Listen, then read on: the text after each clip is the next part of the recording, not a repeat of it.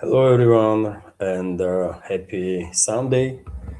Thank you all for joining today's big community chatter and, of course, news update. It is 22nd of March, 3 p.m. Moscow time, and as always, I have prepared quite a number of news on some major developments. But even without it, by the way, I think none of you are surprised with whatever is going on, either in this Western proxy war against Russia, in that topic, or in regards to Middle East, because yet again, if you are regular, probably you already know what would happen, and anything that will happen from now on also will be not really surprising for our community because I predicted freaking everything. I predicted freaking everything. What already happened and what will happen in upcoming days and weeks, right? But nevertheless, I will go news by news today, and it is also community chat, of course, and formally fundraising. So if you like my work, you're more than welcome to support her with donations through PayPal or Boosty. You can also use the super chat feature on Rumble. I'm streaming on both my channels, as you know. You can use super chat feature on Rumble or Rant, and you can become premium subscriber there if you want to. Of course, first and foremost, I would encourage everybody to join our community on Patreon or Boosty, by the way, because during the weekdays, full videos, links, original links for full videos, full shows are published there on my Patreon and Boosty pages. All the links are under this video in description box and in the pinned comment. And you know what? Let's make like that so that comments will be visible on a screen. And once again, hello everyone, and thank you for joining this stream. And please, user, if you want to talk about any topic, if you have any questions, please use capital letters, either super chat or support platforms to send your question, or in a chatter, capital Q. So I will, during the scrolling, I will spot it like easier. Okay, that's been said.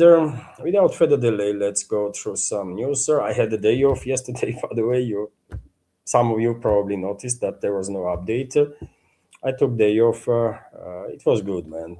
You have to have at least a day off, isn't it, from this craziness that is going on in the world, right? Because these news, man, these developments will get to you at some point, right? So it is what it is. Let's go through some news, and I'm gonna start with this proxy war that West is waging against Russia. And 25 drones were intercepted by Russian air defense systems past night, according to Defense Ministry's update. A relatively small number of drones, but it is a probability that during the day, Kiev regime, with assistance of NATO, will launch dozens of more drones, or maybe even hundreds.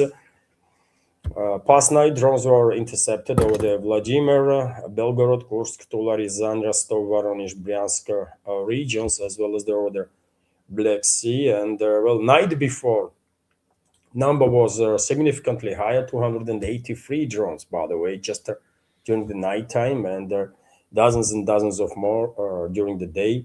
So as you can see, NATO military-industrial complex is clearly catching up, at least in terms of production of these long-range drones that they are using to strike deep into Russian territory, while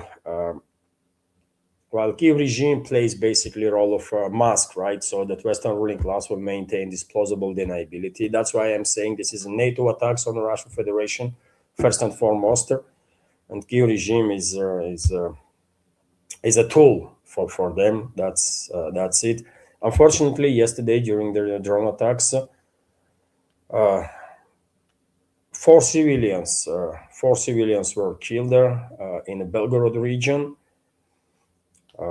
Initial reports were that two civilians were killed, but unfortunately, later on update was that two more civilians died as a result of this terrorist activity of the NATO and their proxy Kiev regime with these strikes.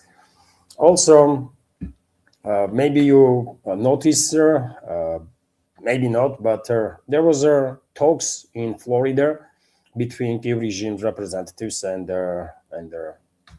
U.S. representatives. Steve Witkoff, especially in the way of U.S. president, wrote about it. He said that, well, there was talks in regards to Ukrainian settlement, and talks were constructive, whatever that means, by the way, right? This is all, of course, pure bloody show that is going on, because but you tell me how true actual negotiations might happen between masters and their puppets. Is it even possible? Right? It's not possible, isn't it? And even though the regime now mostly relies on the globalists and their and takes orders from them, we should not discount the influence of the U.S. We should not discount influence of U.S. So therefore, I'm calling out all these so-called talks and negotiations around Ukraine to be nonsense. To be nonsense, and just yet another deception on behalf of Western ruling class. Nothing else should not be taken seriously, of course. And that this is the reason why I was saying from the beginning that Russian president and his representatives, any Russian official that will be engaged in any talks with the American side or European side or the Kiev regime will waste time, right? Because it is truly, unbelievable, right? Hardly believable that anyone in Russian leadership actually that naive that they think they can have some agreement reached with either Americans, with either European elites, and those elements will honor the agreements. It's nonsense, right? It's a pure waste of time, and I don't really understand why Moscow is engaged in this nonsense. Never understood, really. But yet again, ask them, whenever you will have opportunity. Foreign Minister of the Russian Federation even, spoke about this and said that the U.S. has begun to waver on the issue of resolving the conflict in Ukraine. Really, when U.S. was serious about it? I mean, let's start from there. When exactly U.S. was serious about resolving this proxy war that U.S. together with other NATO member states are waging against Russia? Did U.S. stop supplying weapons to prolong this war? Did U.S. stop sharing intelligence to stop this war? Did U.S. actually do anything to stop this war? No, right? So therefore, I don't really understand this statement of Lavrov that, U.S. began to waver on the issue of resolving the conflict. They were never serious about it to begin with, right? And if anybody in Russian leadership took them seriously, either Trump or anybody from his administration, then that's on us, really, that we're being played, right, again. Because I don't know how anyone can take those people for their words, man. It's insanity, right? Also interesting to highlight, I think that director of FSB, Russian Federal Security Service, spoke with this so-called journalist from one of the Kremlin's propaganda channels. I don't even know on which channel this somebody is working, Russia one, I guess, or something. Zarubin, by the way, Pavel Zarubin, that pretends to be a journalist. He spoke with the head of FSB, Bortnikov, and Bortnikov said during this interview that UK is actively involved in anti-Russian activity, actively involved in all the crimes that Turkey regime's so-called secret services are committing which is not really news for any of us, right? Not really something that we did not know. I'm talking about practically in every my video about crucial role in this proxy war that Western, not just in general, Western secret services are playing, but British secret services and militaries are playing in particular. And Bortnikov is not the first who acknowledges this, that UK is involved in this terrorist sabotage activity. UK is committing acts of war against Russia. Other high-ranking officials also have said somewhat similar stuff, or indicated at least British involvement. But well, question is rising. I mean, okay, you are making these statements, you are letting us know, public here in Russia and worldwide, because world is also watching and listening. You are letting us know that UK is committing crimes against Russia, against Russian citizens, basically. And the only question I have then why we are allowing this to happen? Are we really nuclear superpower, or we are banana republic? What's going on here? Is everything okay with the Russian leadership? How they feeling? Do they feel good? I don't know, because actions are not there. Statements, yes. I mean, we have heard there are tremendous volume of statements. Well, these ones are involved and those ones are involved. For God's sake, man, do something about it. Bortnikov stated that the British are coordinating Ukrainian special services, influencing their actions and providing target designations. Okay, that means the UK is directly involved in killing of Russian citizens, in terrorist attacks on Russian territory, in sabotage activity against Russia. And we all know this. And where is the retaliation? Why MI6's office on the Thames is not being obliterated by now? Why UK has not been demilitarized, denuclearized? Can we do this? Yes, we can, right? We actually can. It's a matter of half an hour approximately, and UK no longer has neither nuclear weapons, neither capabilities to deliver nuclear weapons anywhere, or anything at all. It's half an hour, 30 minutes. That's it. Same can be said about France, right? We can demilitarize those freaking Ligushatnik easy, right? Why have not we done this? That's the question I have, by the way. Otherwise, at this point, I don't really give a fuck what are those people gonna say, either Bortnikov or whomever, by the way, right? I have heard there too much freaking statements from them, very little action. Very little action, if anything, if anything, right? So yeah, okay. Another official, high-ranking official, head of FSB, by the way, saying that well, UK is involved in killing of Russian citizens. Wow, we did not know this. I mean, thank you, Bortnikov, for letting us know. I mean, for enlightening us. Well, okay, by the way. Anyways, man, as I said, man, it is hard to take these people seriously no more or anymore, right? So it is what it is.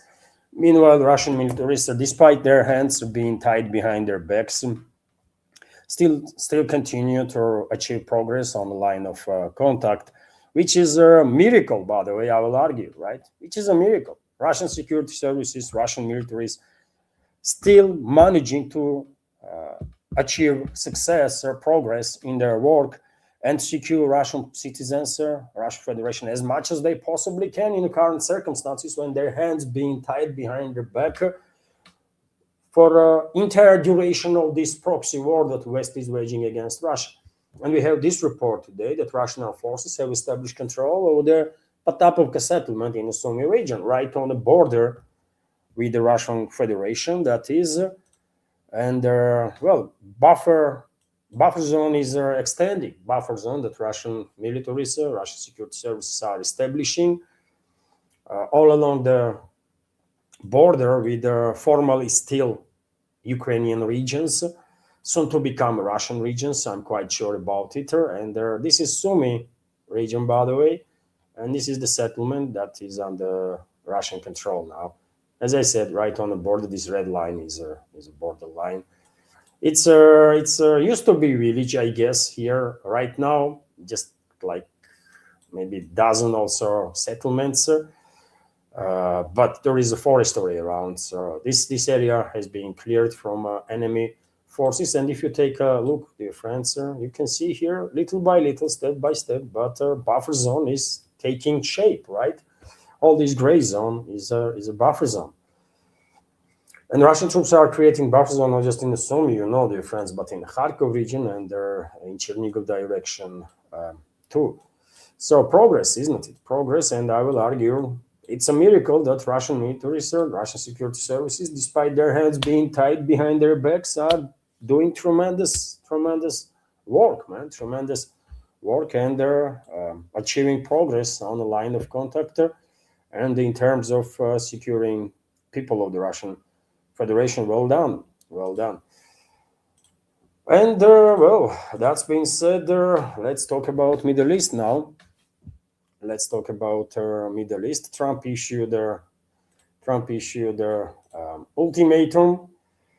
Trump issued the ultimatum, dear friends, towards Iran.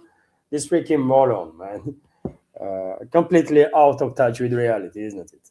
I mean, honestly, this freaking moron is completely out of touch with reality. What ultimatum, man? Who you try to scare? If anything, it's Iranians that are actually in a position to come up with the ultimatums, and they do, actually, right?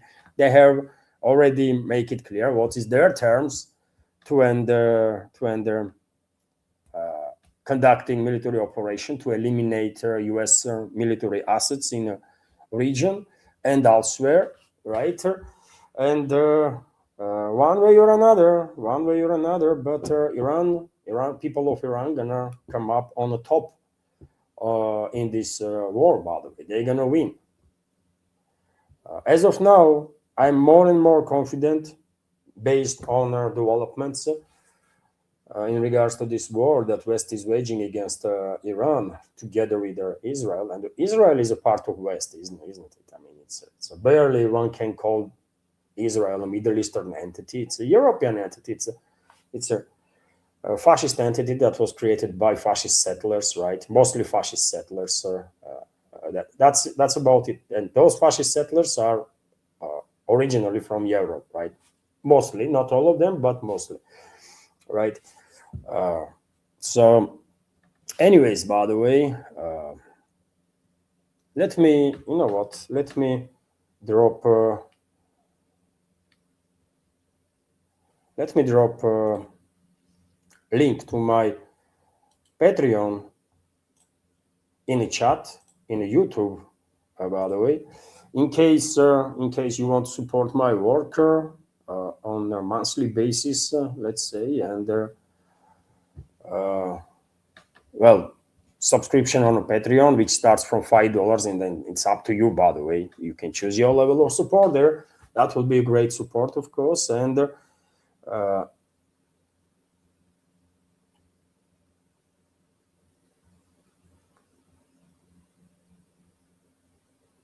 what? Who the hell is this one, man? I'm gonna take this freaking animal out of the chat. Fuck you, motherfucker. Гребаный ублюдок, блядь. Сучара конченая. So that's how it's done, man. I'm not gonna tolerate no fucking animals in the chat, right? And yeah, I will drop now also Rumble.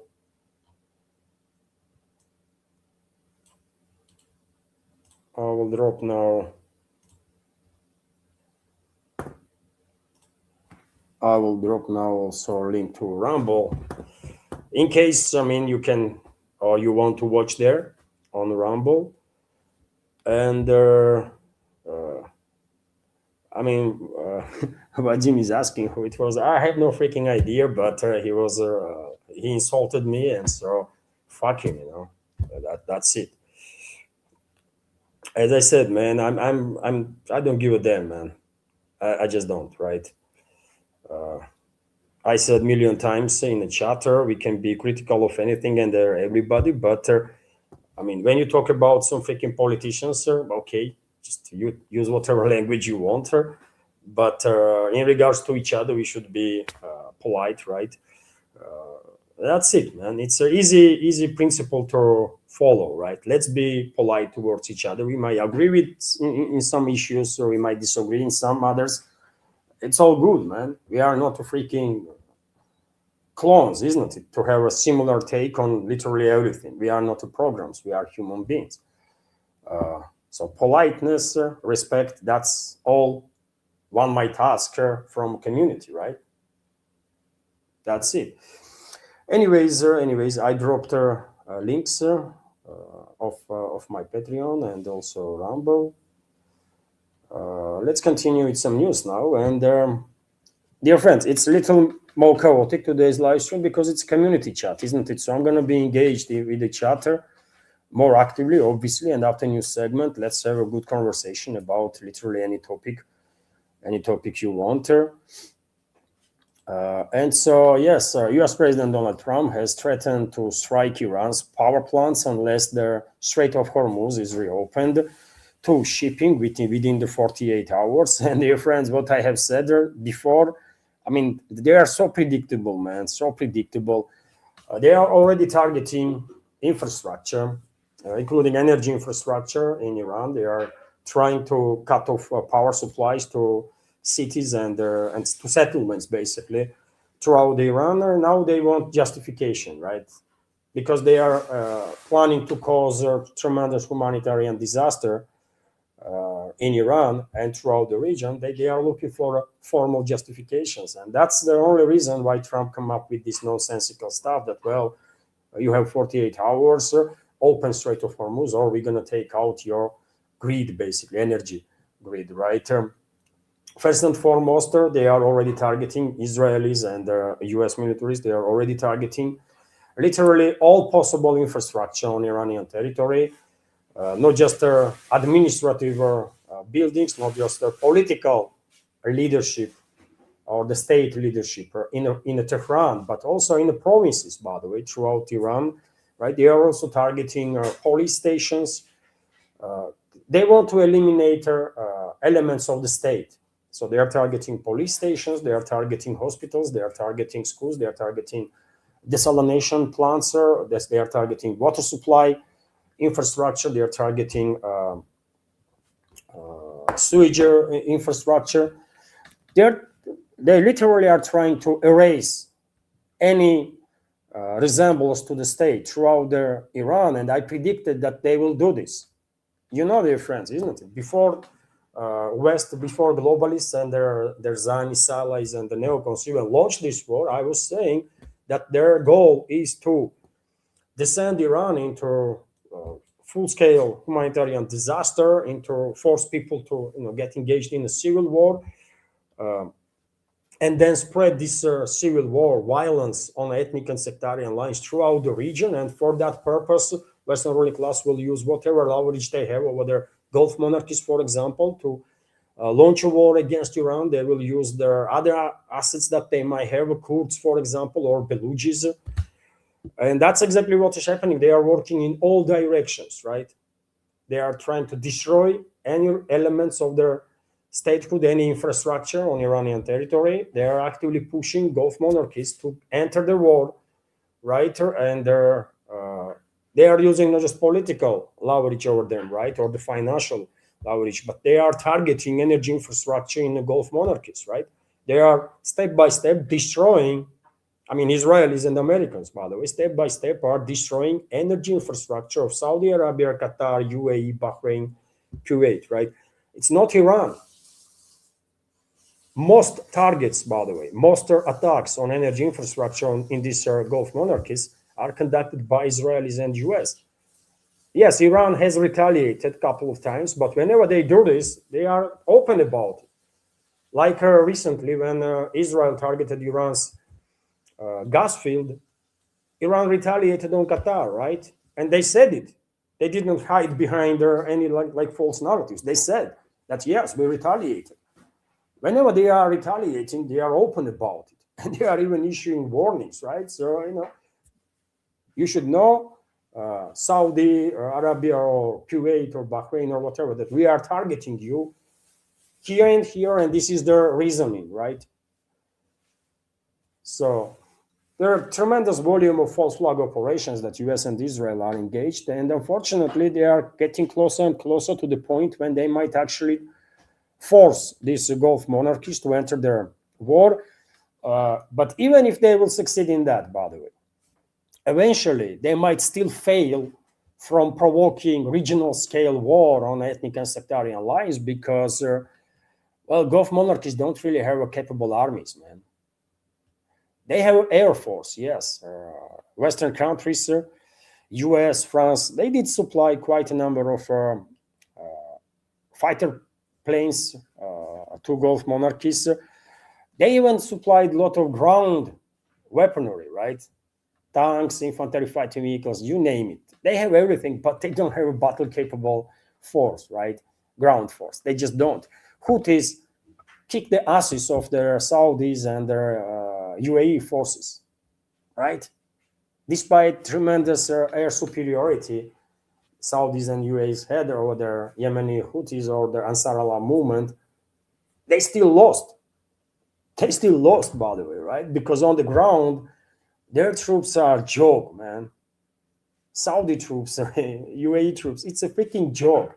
And that's why they were spending billions and billions employing Colombian mercenaries and mercenaries from freaking all over the world.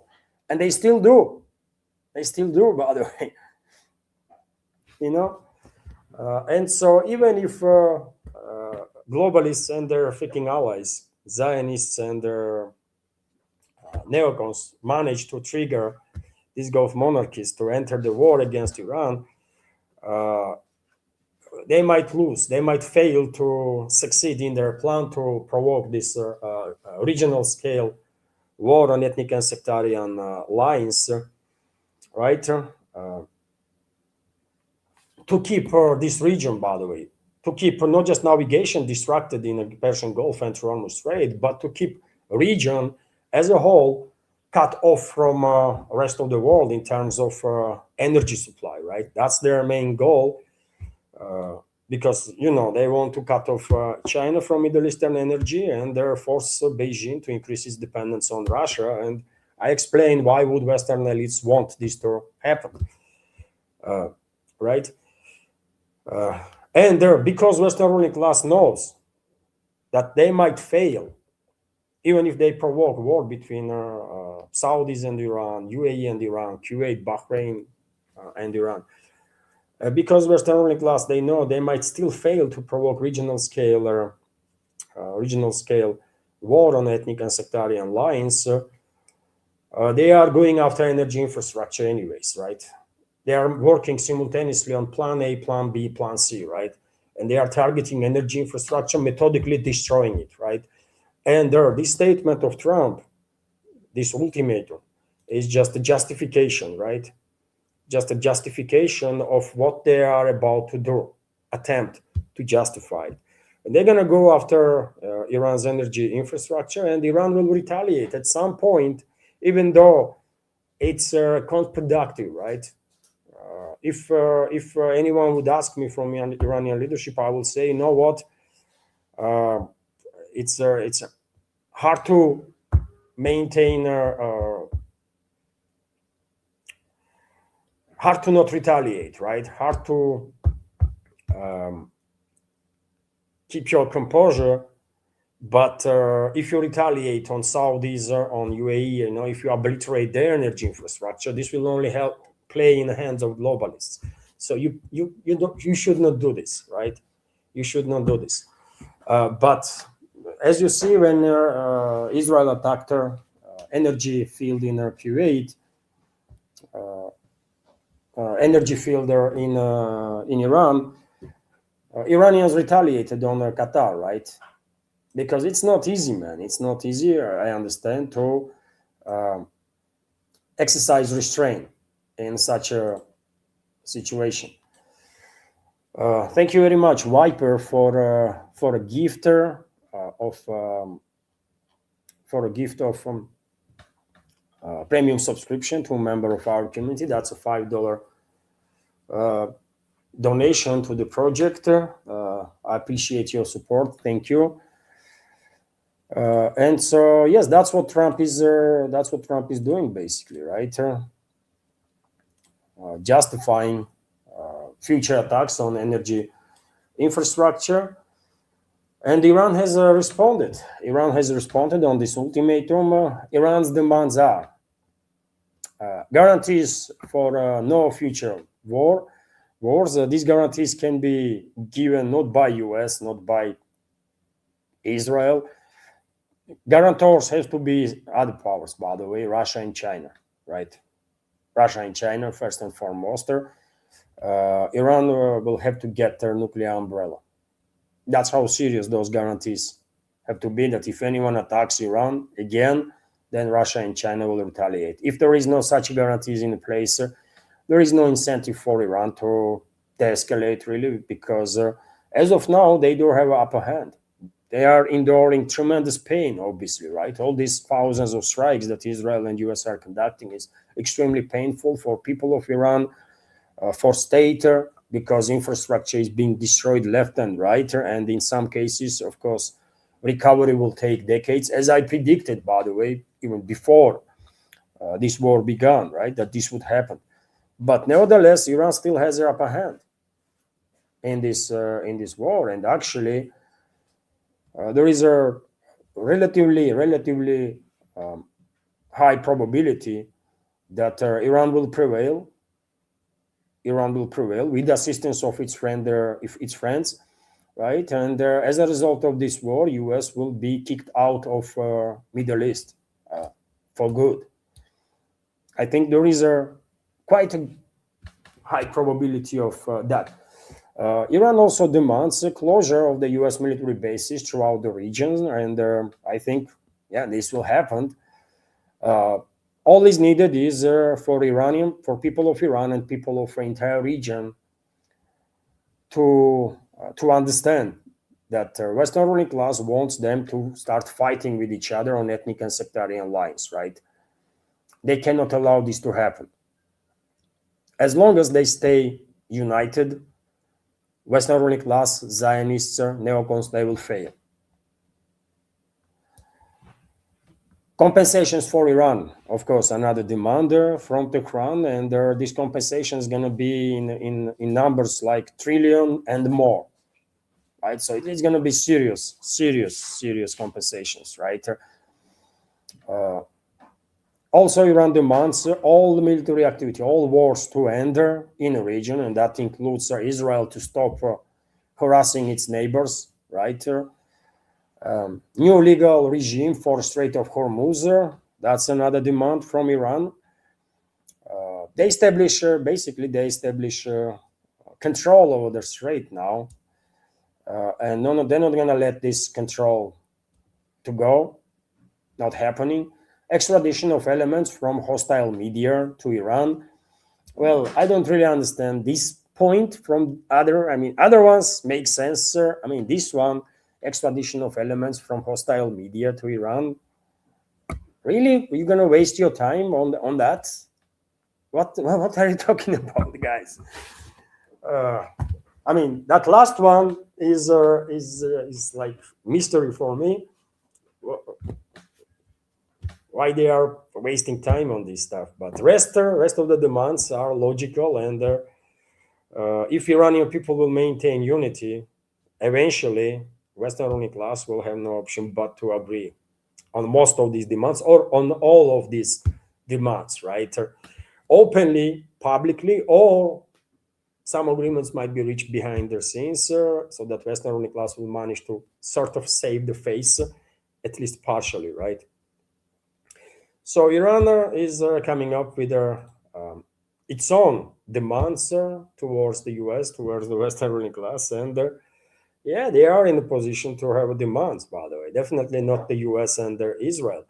Also, you see, um, as I said, man, if Iranian leadership was asking me advice, I would tell them not to retaliate on the neighboring countries' energy infrastructure, even if and when U.S. and Israel are targeting Iranian infrastructure, because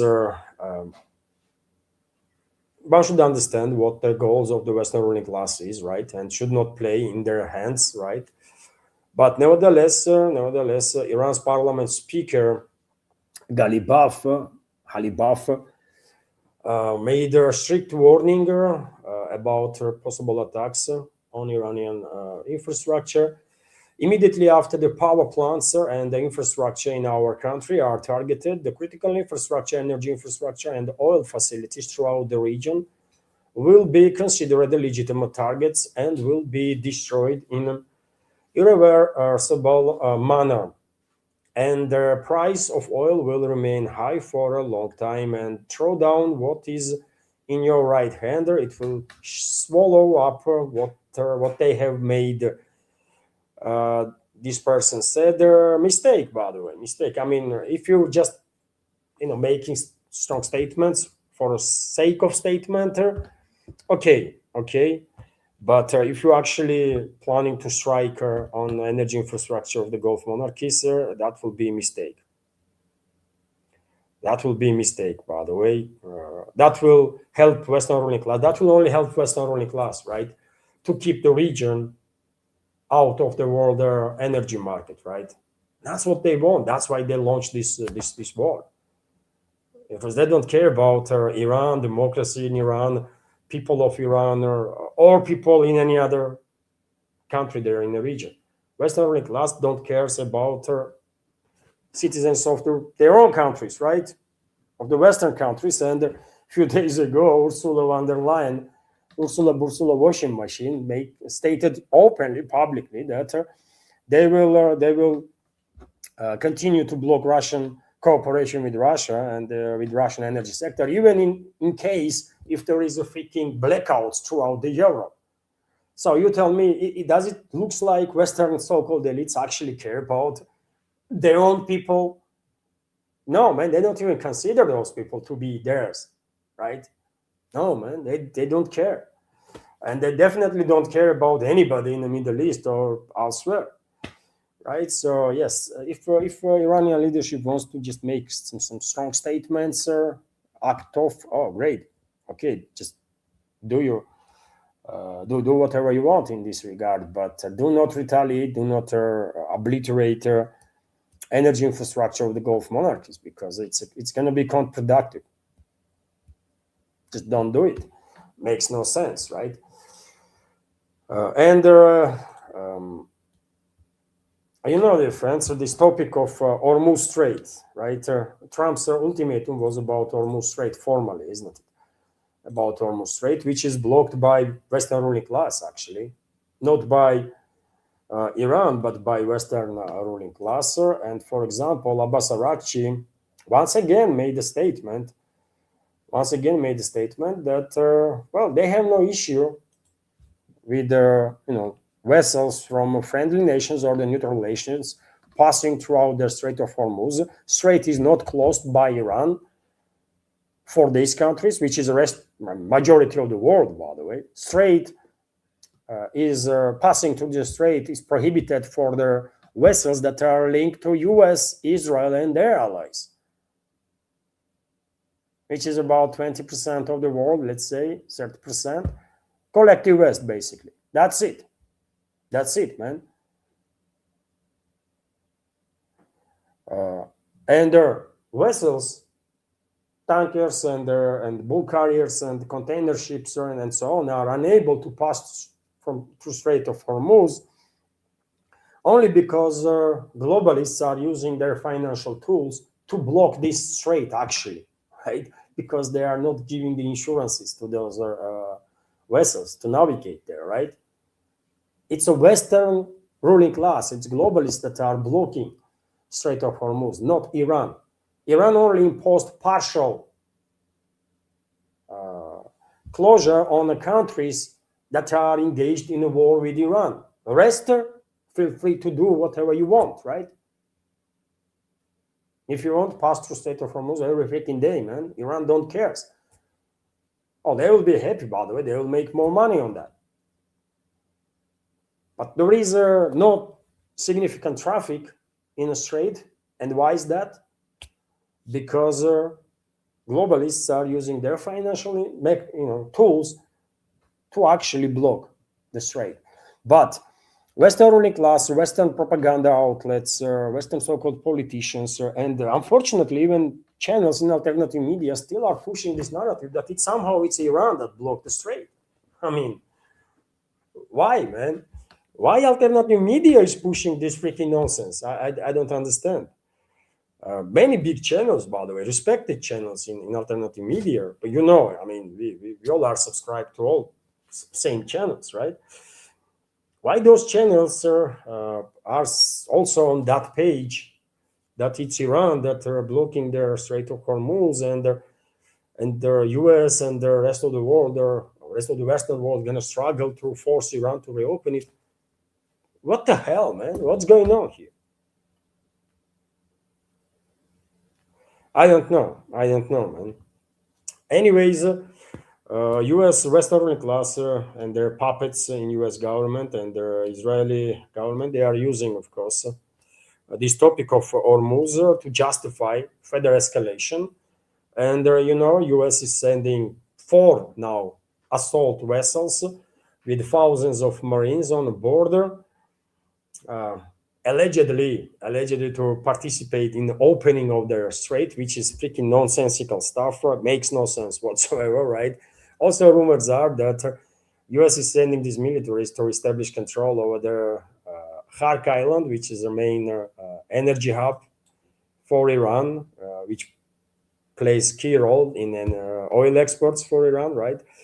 But Western propaganda happily is pushing this nonsense that liberation, occupation of Khark Island. They're gonna call it liberation, of course, but occupation of Khark Island will somehow help to free the navigation through Hormuz Strait, which is, how stupid one have to be to actually believe in this crap, right? Because Khark Island is towards the back end of the strait, Gulf, right there. When Strait of Hormuz is like hundreds of miles away, right? So these are they are not connected. One might say, well, if US establishes control over the island, then they will force Tehran to do whatever they want. They're not gonna force Tehran to do freaking shit, man, right? If Iran cannot sell oil with its tankers from Khark Island or from southern coast, well, they will find other ways, right, to ship the oil into Russia through Caspian Sea, for example, or because Israeli and US militaries are bombing and trying to destroy portal infrastructure in Caspian Sea, also portal infrastructure of Iran on the Caspian coast also. Well, Iran then can use a ground bridge, by the way, right, to sell oil, to transfer oil basically into Tajikistan, into China through Tajikistan, Uzbekistan, and the Kazakhstan. Remember when when Western ruling class launched this regime changer and terrorist invasion of Syria, and when Syrian oil and gas fields were occupied by terrorists. Remember what was going on at that time, when thousands and thousands of oil tanks, by the way, right, fuel tanks, were moving tremendous volume of oil from Syrian oil fields to Turkey, and Turkey was making big buck on that. So you think if that was possible in Syria, well, Iran wouldn't be able to do the same stuff and sell its oil to China through ground bridge. Of course, they can do it, by the way, and probably they already worked out the plans in on the case in case Hark Island actually was either occupied by the U.S. Forces or the Western forces, right? Or if infrastructure is completely destroyed there. And when it comes to infrastructure, there is quite a lot, right? Quite a lot of infrastructure. And also, question is, I mean, day in day out, there is these speculations, isn't it? That U.S. gonna take control over the Hark Island, and that's why these assault vessels being sent. How those vessels gonna pass through Hormuz Strait? Can anyone explain to me how those vessels gonna get close to Iran, then reach Hormuz Strait and pass it, and then stay in the Persian Gulf without being freaking targeted, literally non-stop? It's a nonsense, right? It's a freaking nonsense, man. Nonsense. Maybe U.S. Plans to use these Marines on board of those um, assault vessels to establish control, to create a bridgehead, basically, somewhere there, here, on the eastern side of Persian Gulf, right? Somewhere here. And then use this bridgehead, right, to bring more forces in. Maybe that's what is going on.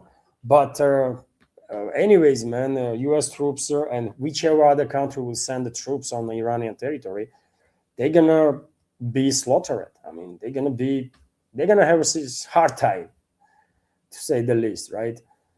Because Iranians were preparing for this exact moment for entire their lives. Many Iranians, by the way, especially in military, special forces, security services, and so on, right? And even ordinary people, by the way, they all know war is coming, right? And psychologically, they all are ready for it. It's a painful. It's what's happening right now. Of course, it's hard to digest all this stuff, but psychologically they are prepared for this, and therefore they are stronger. But yes, US is sending these vessels. Makes no sense, really, because on the ground US militaries or the militaries of Gulf monarchies, if they will eventually enter the war, all militaries from European NATO member states, I mean, they're going to be freaking obliterated. Period, man. They don't really have much chances there. Some say, well, US going to use these special forces to extract or enrich uranium. I mean, I don't believe in that nonsense either. It's freaking nonsense, man. If that enriched uranium is under the Fordo, in the Fordo, right? It's hundreds of meters. It's deep inside the freaking deep underground, right?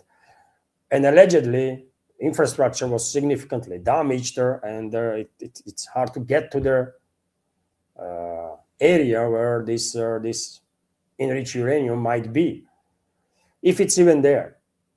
Same can be said about Natanz, by the way. Israel bombing Natanz, and IAEA come up with a statement that radioactive foam is not any higher than previously, which is a quite strange stuff to say, by the way. What Israel and the Americans are bombing them, right? They already bombed Bushehr, dear friends, where Russian specialists are located. They bombed Natanz. But anyways, this if enriched uranium is under deep underground, how U.S. special forces or whatever number of militaries gonna take that uranium out there from there? It's nonsense, right? Nonsense. But yes, military is being sent there to the slaughter. Let's see what's gonna happen, by the way. And there are 20 countries allegedly, more than 20 countries even, are allegedly ready to ensure the transit of ships in the Strait of Hormuz, and these are countries from collective West, of course, right? As I said, by the way, as I said from the beginning, one way or another, Western ruling class will find a way how to justify involvement of other countries from collective West into this war, right? Because Western ruling class not gonna stop. Western ruling class not gonna stop. By the way, they have a target. Uh, they want to destabilize. They want to destabilize whole Middle East, cut off region from rest of the world, especially in terms of energy supplies for years, not for a week or two, but for a years, right? All these talks that they want to reopen Strait of Hormuz is a nonsense, freaking nonsense. I don't understand how anybody can believe in this crap, right? It's a nonsense. All they want is to keep this region out of global energy sector, and unfortunately, as of now, they are managing to do this, right? And will manage to do this for a time being until U.S. and other NATO member states and also Israel are forced to back down, and they will be forced to back down, right? It's a matter of time, but as of now, yeah, 20 more countries allegedly want to participate in this crime against humanity. Let me give you some details. There last Thursday, 6 countries announced their intention to join their coalition to ensure the safety of ships in the Strait of Hormuz. Again, nonsense. Great Britain, France, Germany, Italy, Netherlands, and Japan. That's 6 countries, right? But there is other ones that want to join. In addition to their 6 European countries, the coalition also includes Baltic states of Latvia, Lithuania, and Estonia. Well, these chihuahuas, yeah, man, these are most powerful entities in our Milky Way galaxy, isn't it? Don't mess with these chihuahuas, man. They are tough, very tough. Freaking Nazi animals, man. They are elites in those actually Nazi states, man. It's a fascist entities, all three: Lithuania, Latvia, Estonia. If you don't believe me, go there, see yourself, right? Also, Scandinavian states, Denmark, Norway, and Sweden want to join. Among the Arab countries, UAE and Bahrain have agreed to participate, and God knows who else, right? It's collective West, by the way, Western ruling class and their client states, right? But yet again, if Western ruling class was genuine about reopening navigation in the Strait of Hormuz or through Strait, then all they have to do is to give the order to freaking Lloyd's of London, this insurance market, to begin insuring the vessels again, and that's it. And that's it, man. Traffic will be restored. Only exception will be vessels that are linked to Israel, US, and their allies that are involved in this war against Iran. It's simple, right? It's simple. But yeah, they're going to use all sorts of false narratives, by the way, of course, to further escalate,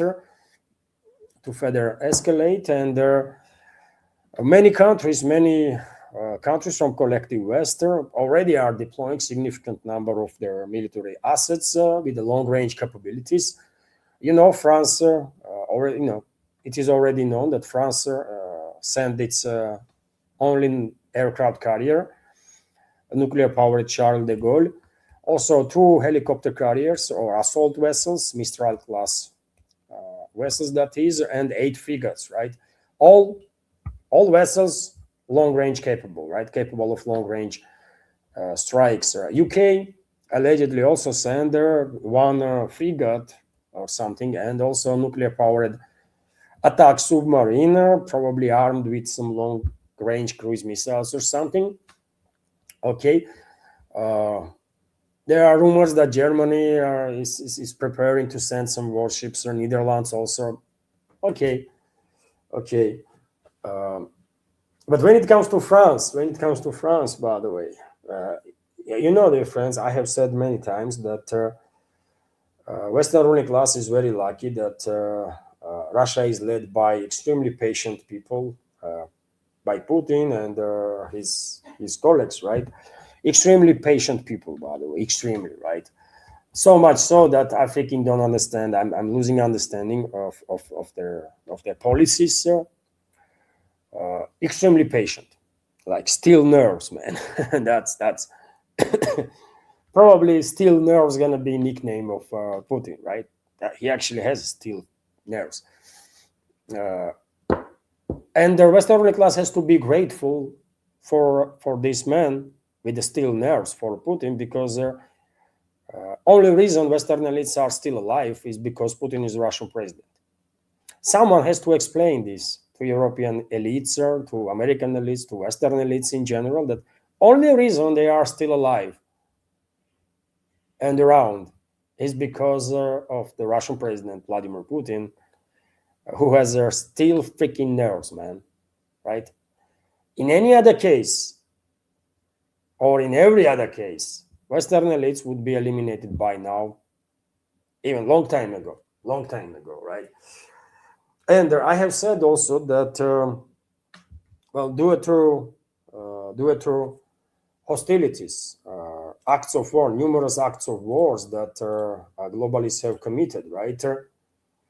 And globalist controlled regimes, among collective West, US, UK, France, Germany, others. I was saying that, US is a separate chapter, but when it comes to European NATO member states that are actually, as of now, leading all sorts of leading in sabotage activity against Russia, terrorist activity against Russia, terror campaign that they are waging, I was saying that it is really not that difficult to demilitarize, take action and demilitarize, and basically denuclearize these two nuclear powers in Europe, France and UK. And I was explaining why it's easy, isn't it? Their nuclear capabilities are, reasonably small. It's not that difficult to track location of all their nuclear assets, all of them, right? Nuclear submarines, nuclear capable submarines, movement of nuclear warheads on the ground or at sea. It is easy to track all the assets. And a few days ago, some sort of a funny story emerged, right, in the media, that actually confirmed, indirectly at least, that it is extremely easy. It's not just easy, by the way, and doable to track all the nuclear assets of UK and France, and if necessary, to take action and, let's say, obliterate it, right, in a matter of half an hour or something, with the first strike, basically, right? So that you would not leave chances either to London or to Paris to retaliate with nukes. It's doable. And a few days ago, this news emerged that actually at least indirectly confirmed that I am spot on, by the way, I'm correct. It's doable. Russia can actually demilitarize France and UK with the first strike, and none of those terrorist entities, neither France, neither UK, will have a chance to retaliate with the nukes.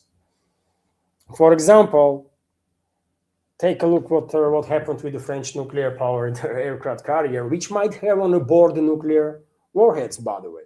It's a probability, right? And so, of course, if ever such an operation will be authorized by Moscow to basically take out nuclear capabilities of France and UK, then aircraft carriers have to be priority target, obviously, as it is the case with the nuclear submarines and so on, right? And fitness up, freaking fitness up, by the way, exposed location of the French aircraft carrier. Of course, I'm quite sure, by the way, there is a million other means to track these vessels, satellite now, intelligence and so on. Many ways how Russian military intelligence can, any given point in time, have a good knowledge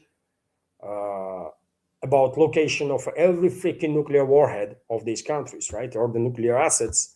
But nevertheless, to understand how easy it is to track these nuclear assets, You can have this story, by the way, right?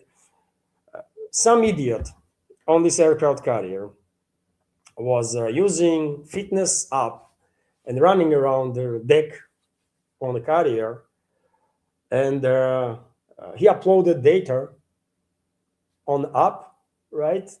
And everyone knew straight away exact location of the aircraft carrier, exact location.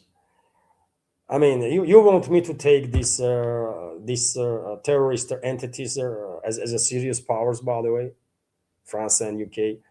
They are harming Russia. I mean, that's what makes me go wild, man. But I know these are no entities, man. These are quasi states. UK and France is a joke, both, right? Militarily, right? And militarily and in every other way. It's a joke. And we are allowing these nobodies to kill our citizens with impunity. What the hell, man? How this is even possible? Let's take freaking action and neutralize these motherfuckers, man. Easy, easy. It's a matter of 30 minutes, 30 minutes to 60 minutes. You know, it's a matter of 30 minutes to 1 hour. And none of these countries, and nothing against civilians, by the way. I'm always, very direct, right? I'm talking about legit targets, military assets, right? And France and UK already give Russia a million reasons to retaliate. We all know this, isn't it? French Scalp PG missiles, British Storm Shadow missiles, all are launched with direct involvement of French militaries, right, and intelligence services. Nothing to be said about all the terrorist activity that UK is orchestrating on Russian territory. And the Bortnikov, head of Russian FSB, said it, isn't it? Too. It's FSB, man, right? If anyone knows anything on the matter of this world, right? Matters of this world, then FSB knows probably, most, among some other intelligence services in this world that are also on top of the game. So if FSB director is saying that, yeah, UK is involved, then that's how it is. I did not needed confirmations from Bortnikov. I knew it all along, right? Because all it takes is to analyze the information, analyze the data, right? And it's all out there. But nevertheless, Bortnikov confirmed UK's involvement. So we have every reason to strike back and demilitarize these terrorist entities, right? Nothing against ordinary citizens of UK or France, by the way. God bless them all. But their country is run by terrorists, mass murderers, genocidal maniacs that committed numerous crimes against Russian Federation, against Russian people, and we have every right to retaliate and take them out. That's how it is, right?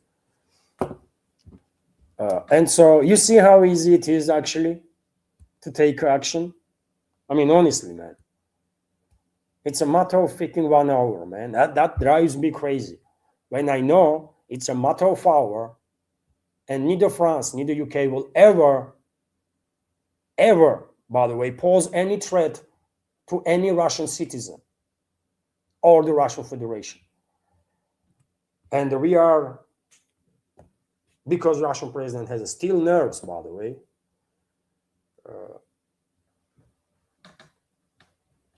we are exercising restraint. Yeah, that's how it is, right? If one day movie gonna be made about Putin, movie gonna be called Steel Nerves. There is an American superhero, Iron Man, right? And we can have our superhero Steel Nerves. Yeah. Okay. So you see, even these idiots that are in French Navy and the British Navy is even worse, by the way. It's a exaggeration. Truly, like massive exaggeration to call these freaking cans that UK has a actual navy, man. It's a freaking joke, but nevertheless, it's a matter of hour, and these two entities will never ever threaten us, right? But yeah, maybe by the way, right? Because everything that has its beginning has its end too, and one day Putin might say, you know what? I mean, we tried all, man. We tried to be nicer, patient. We explained to these idiots what's up, right? They are just freaking unable to understand, man. No matter how much you try to explain that 2 plus 2 is 4, they just don't freaking get it. And so, you know what? Let's then use the other ways now. I mean, this might happen. You know, this might happen, and we are well capable then to do whatever is necessary to put the elites of these two nuclear quasi powers in Europe into their places. Meanwhile, well, I mentioned earlier, by the way, that Iranians are waiting for the ground forces of their enemies to arrive. They cannot wait, and that's exactly what IRGC stated. That, and this is quote, we are impatiently waiting for American Marines. And I believe this is true, man. I believe this is true. Because of the level of brainwashing in the US, unfortunately, American public still has no freaking idea how that their fellow citizens, their militaries, US militaries, being put in harm's way, right? Or maybe, I mean, probably they are so brainwashed they still think this is a freaking Hollywood movie or something. That American Marines gonna arrive now and do this and that, and now you see Maduro, what happened? You know, we just went in, went out. Yeah, cool. No, it's not gonna be like Venezuela, man. If anybody still don't understands that this is a very different story, then I guess those people no longer can be called brainwashed. Those people are just freaking brain dead zombies, right? And will never recover, I guess, right? Iranians are waiting. And as I said, even before this war began, by the way, I predicted, isn't it, that US and Israeli military assets that they can actually deploy may not be enough, and at some point they will bring in European NATO member states and whoever they can bring in, and that's exactly what is happening. Process is going on right now, isn't it? And the European countries are every day coming up with more and more reasons why they have to participate formally to reopen Hormuz Strait. In reality, just to assist US and Israel commit this crime against humanity, because yet again, US and Israel is running out of this long-range means, right? And despite statements of Trump that they establish full control over the skies there in Iran, well, it's not true, man. It's not true. Iranian air defense systems are still operational, and literally almost every day. I mean, or actually every day, reports are coming in about drones being intercepted, and every now and then even planes being intercepted, right? And that means that US and Israel are still struggling to deploy high number of planes with their gravity bombs. They have a lot of gravity bombs, I guess, right? And they are little by little are using it, but they are afraid to get deep into Iranian airspace, right? To deploy these gravity bombs in large mass.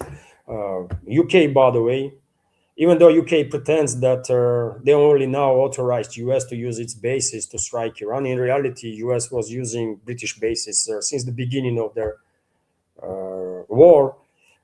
And I have shared videos, isn't it? I mean, regulars know that I have shared video how B-52s and B-1s were loaded with their JSSM cruise missiles, for example, in British in one of the British bases, Fairford or whatever their name is, right? So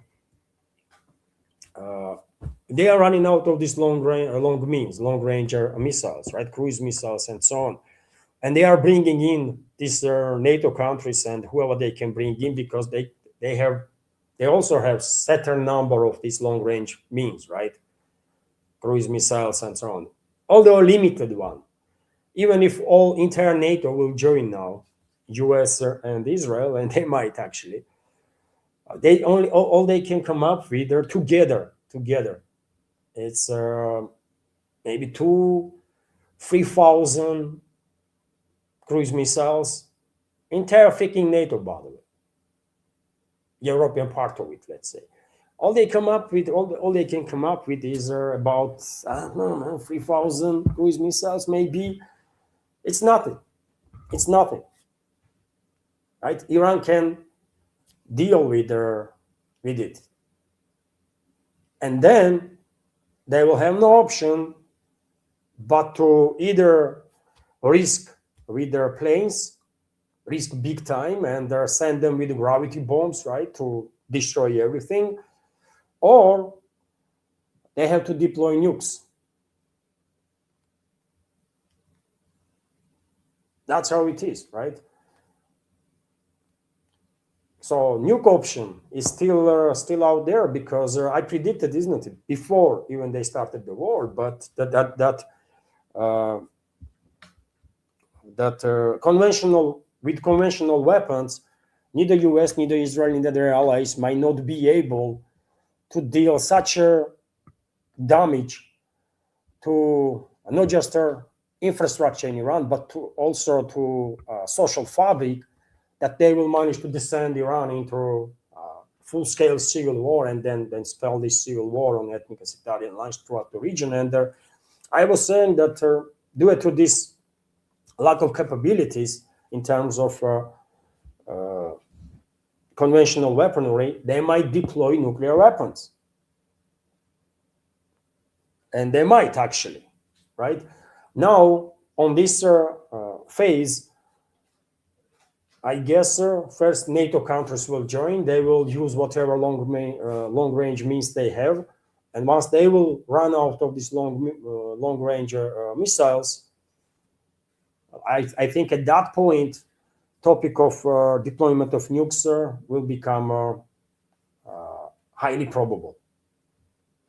And risk of deployment of nukes against Iran by Israel will become highly probable, or by US, by the way. US is led by such morons that they might actually go ahead and deploy nukes too, not just Israel. Maybe actually it will be US, although both are very much capable to commit this crime. Even in that case, if once this anti-Iranian coalition will run out of longer range weaponry and began deploying nukes, even in that case, they might fail. There is a high probability, I think, high enough probability to say that even in case of deployment of nukes, globalists and their allies, Zionists and neocons, might fail to descend Iran into full-scale civil war and their entire region basically into a war of on ethnic and sectarian lines. And at that point, well, they will have no freaking options no more but to back down, isn't it? You might ask her, what can be done to avoid such a negative scenario? And I answered on this question in my previous updates. Nuclear standoff is the only way Western ruling class can be stopped. Western ruling class and their allies, globalists and Zionists. Nuclear standoff, by the way. And that means Moscow and Beijing have to make a stand and send a clear message to Western elites that they're not gonna, they have to end this crime against humanity, and they're now. Otherwise, Russia and China will get involved there, and we have to make it clear, right, that we might deploy nukes to bring these mass murderers and genocidal maniacs that are in charge of Israel and their collective West to their senses, right? Nuclear standoff. I'm not saying that we have to deploy nukes necessarily, but threat itself, right? Threat itself might be enough to stop Western ruling class from further escalation. Because I mean, if that would not work, then nothing will actually, right? And they will go all the way, including deployment of nukes against Iran. So I think analysts that are working in the think tanks that providing information to Moscow and Beijing, probably they already also understand the situation, also see big picture in the way I see it, or somewhat similar way, right? And probably they already recommended to leadership of both countries to prepare for possible nuclear standoff, because there is no any other way that Western ruling class is gonna stop, right? Eventually, they're gonna go ahead with the nukes, and once nukes are dropped, by the way, right? Even if eventually Western ruling class will lose and will have no option but to back down, once nukes are dropped, that's a Pandora's box that should never be open, right? Should never be open. Um, Only, otherwise, I don't know, man. Otherwise, world will be cooked. Let's see. Let's see how things are gonna be. And hey, friends, there was a donation from Patrick on the PayPal a few minutes ago. Thank you very much, Patrick, for $30 donation. I appreciate your support. Thank you. Um, Thank you very much. There is no comment or the question to highlight. So thank you very much, Patrick. And let me also check. Let me also check.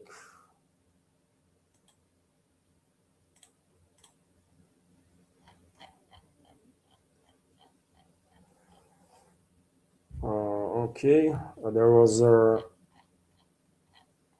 I already mentioned that Viper give the gift of premium subscription to a member of our community. Thank you very much, Viper. Once again, that's $5 donation to the project, and there is no super chats as of now to highlight. Let me check.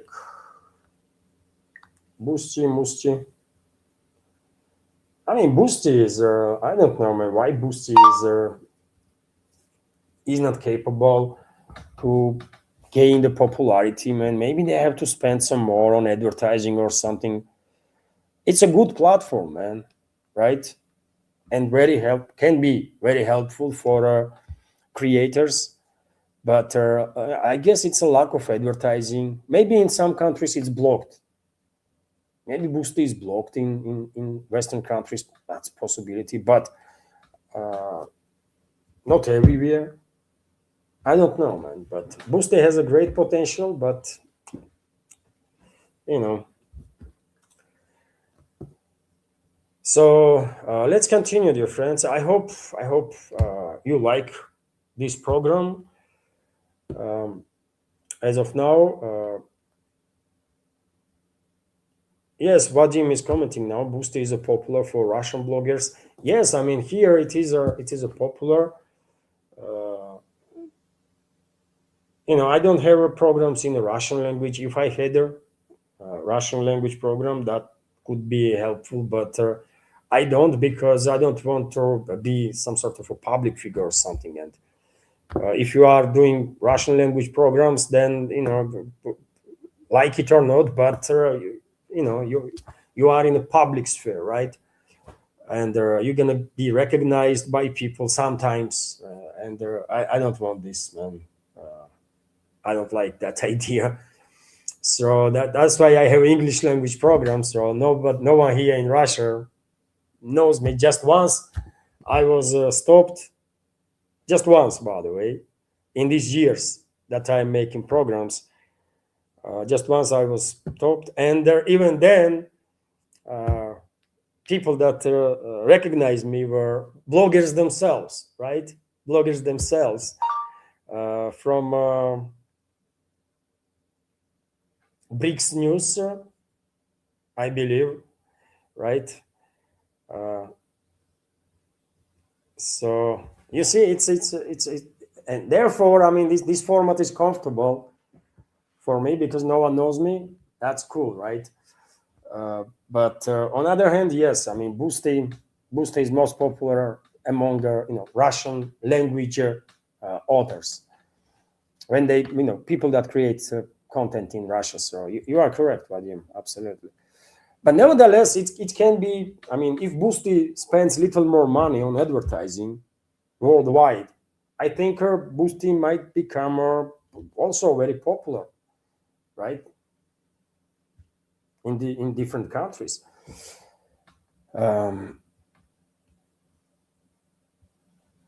And right now, Anna dropped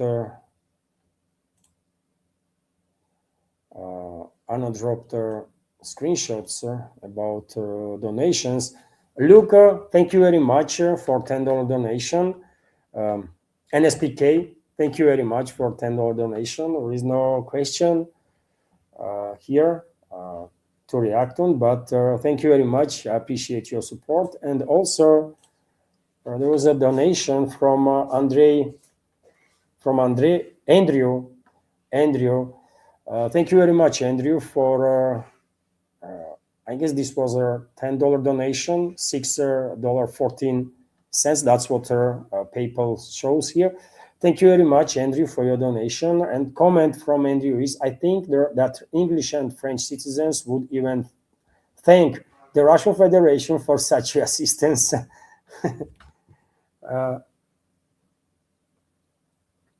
Thank you very much. Thank you very much, Andrew, for your comment. I mean, ironically, many people actually think that, well, if Russia will help people of France and the UK to get rid of these corrupt, freaking so-called elites, that would be a good thing. Although I'm being ironic, of course, right? I believe majority, I mean, maybe not majority, but significant number of citizens in both countries, in France and UK, would love to get rid of these corrupt systems that they have, corrupt elites that they have, right? I have no doubts about it. So thank you all for your support, dear friends. I appreciate it. Thank you. And let's continue with the news.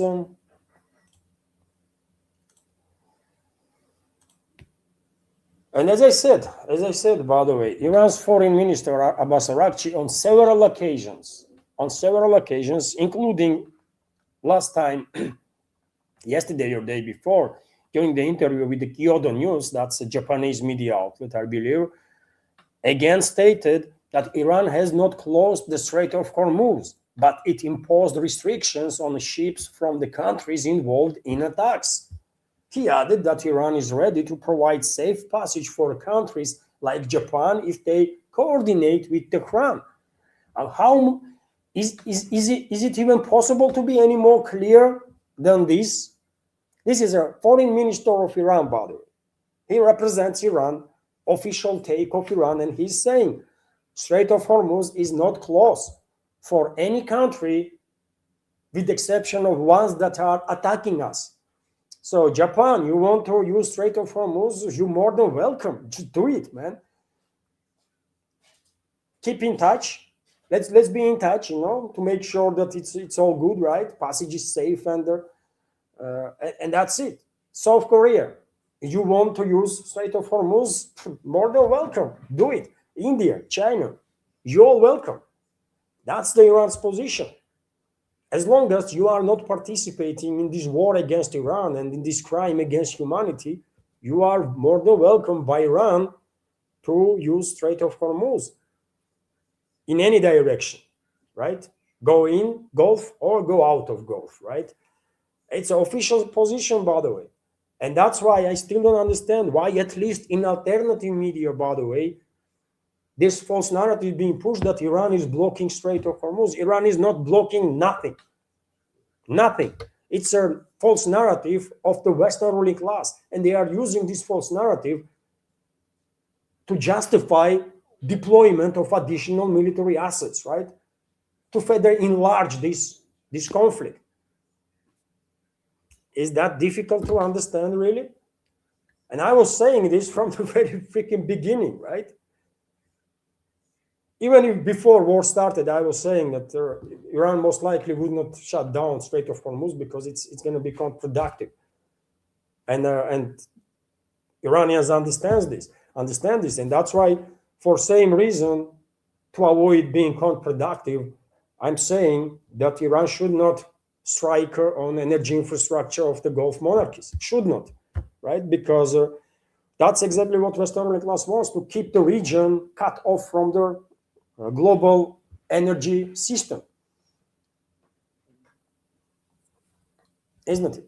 So that's official position of Iran, that Strait of Hormuz is not closed, just some restrictions only on vessels from that are linked to hostile states. That's all. And you will ask then, why then there is no traffic in the strait? You might ask, isn't it? It's a logical question. Why there is no shipping then going on, active shipping? And that's because globalists have a control, right, over the world maritime. It dates back, I don't know, 19th century, by the way, right? It might go even further than that. When the British Empire began collapsing, right, when they were no longer able to maintain control over the territories, over the world, basically, that they were controlling through military means, well, they went other way. They began controlling the world through financial means, through financial tools. And unfortunately, London's Lloyd's, which is not a company but a market, as far as I can tell, by the way. I mean, I'm not a financial expert, but it's a market. It's not a single company. It's a market of insurance, right? Lloyd's of London. And it has a monopoly on the shipping insurance. And if you are not insured, by the way, business is made this way, right? It's built up this way, that if you are not insured, you cannot actually move around. Countries demanding vessels to have insurance until entering the port. Everyone, that's how system is built, by the globalists, by Western ruling class. City of London, right? British aristocracy, they are in charge of it. And their answer on the question why there is no active shipping is to be directed towards the Western ruling class, why they are not giving the insurance, why they're blocking the shipping. And we know why, because they want to blame the situation on Iran, and they're going to use, as they do, this false narrative that Iran is blocking the navigation there to basically justify deployment of additional military assets of the NATO countries and their collective West in general.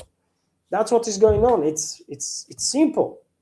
It's not freaking that difficult, and that's why, I mean, fuck MSM, man, right? MSM is garbage. We all know that. So they will push whatever narrative Western ruling class wants to push. But what the hell is wrong with alternative media when most outlets, right, are still pushing this nonsense that Iran is blocking navigation? No, man. Iran is asking for cooperation from countries that are not engaged in a war, right? And they are saying that, yeah, there is no issues from us. You can pass either direction safely. And there is only restrictions for vessels that are linked to hostile countries, which makes sense, isn't it? After all, Iran been attacked, man. So it makes sense if Iran will not allow vessels from US to pass through Strait. Makes sense, isn't it? So that's the official position, by the way. And whenever you hear on any channel, or whenever you read on any newspaper or magazine that Iran is blocking Strait of Hormuz, it's a lie. Abbas Araghchi, foreign minister of Iran, has said it directly many times now, that Iran has not closed the Strait of Hormuz, only impose restrictions on the ships that are linked to hostile countries. That's all. Meanwhile, dear friends, as you know, I have said many times, isn't it, that global is not going to stop. They are simultaneously pushing for plan A, plan B, plan C, right? They are working active to succeed in their crime against humanity, which is this Middle Eastern chapter of their geopolitical strategy to eliminate competition on a geopolitical scale, to eliminate Russia and China, basically, right? And to achieve this, there is different chapters in their strategy. Iran, Middle East is being one of those chapters, right? And to achieve their tasks in regards to this chapter, they will try whatever they can, right? And they are still actively pushing, of course, as it was expected, to force Gulf monarchies to enter their war. They committed, I mean, British, U.S. or Israeli secret services committed numerous false flag operations, by now numerous, while attacking energy infrastructure of Saudi Arabia, UAE, Qatar, you name it, right? And blaming that on Iran. And well, unfortunately, seems like some of these Gulf monarchies are giving in now, giving in into the pressure that they are under. And Saudi Arabia is beginning to act recklessly, very recklessly, by the way. They expel Iranian diplomats, which is a definitely bad sign. When you expel diplomats, next step is cut of diplomatic ties, and then it's a war. Usually, not necessarily always, but usually, right? So Saudi Arabia has expelled several Iranian diplomats, citing Iran's strike on its territory. The move came after 12 Arab and Muslim countries, including those hosting U.S. bases, denounced Iran's retaliation for the U.S.-Israeli bombardment that began on February 28. And Riyadh is giving in, seems like, right?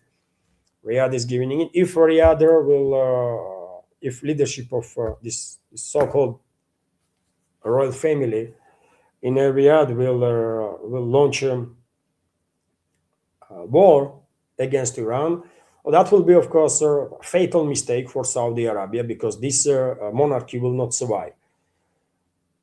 Some elements from Saudi royal family might run away, right? And probably they will, but Saudi Arabia as a quasi-state will not survive. 100% guarantees, by the way, that Saudi Arabia will not survive as a quasi-state and will be deleted from political map if royal family there will give in to the demands of the Western ruling class and launch a war against Iran. But seems like that's exactly the direction that situation is developing, unfortunately. Because if leadership of Saudi Arabia were some normal people, adequate people, and they are not clearly, but if they were not the prostitutes of Israel and the Anglo-Saxons, but are decent human beings, they will demand their US bases to be withdrawn, shut down, and withdrawn from Saudi territory. That's what normal leadership would do. But they are going after Iran, which is crazy, man. Saudi territory is used, airspace and ground, to strike Iran. And, well, when Iran retaliates, this so-called royal family in Saudi, they are whining about. What the hell, man? What filthy freaking animals they are, really. And some call them freaking royals. I mean, seriously, man, royals? These filthy animals, really? And it's the same prostitutes, by the way. Same type of prostitutes are in charge of all the other Gulf monarchies. There are no decent human beings there. Not a single one, right? Let's be clear on that. These are the prostitutes of Anglo-Saxons, by the way, and they're also Zionists. That's what they are. Saudi's foreign minister, so-called foreign minister, Faisal bin Farhan, or whatever the fuck his name is, went to say that Riyadh allows for a military response to Iran. So yeah, they are already, I mean, even threatening with a war, right? These prostitutes. This freaking filth. This freaking filth, by the way. And this bitch is also a member of the royal family there. So-called royal family, by the way. Right? Freaking animals, man. Anyways, let's continue now. And as I said, IAEA responded on reports about strikes on Natanz nuclear site in Iran, and they are claiming that there are no abnormal levels of the radiation at the site. And this was the case always whenever during the 12-day war, right? Whenever nuclear site was targeted, IAEA always was sharing this type of information. And also Iranian side actually never claimed that there was some increase in radiation levels. And that's quite interesting. Then, I mean, question rises, what these bombings are all about then? What they are bombing?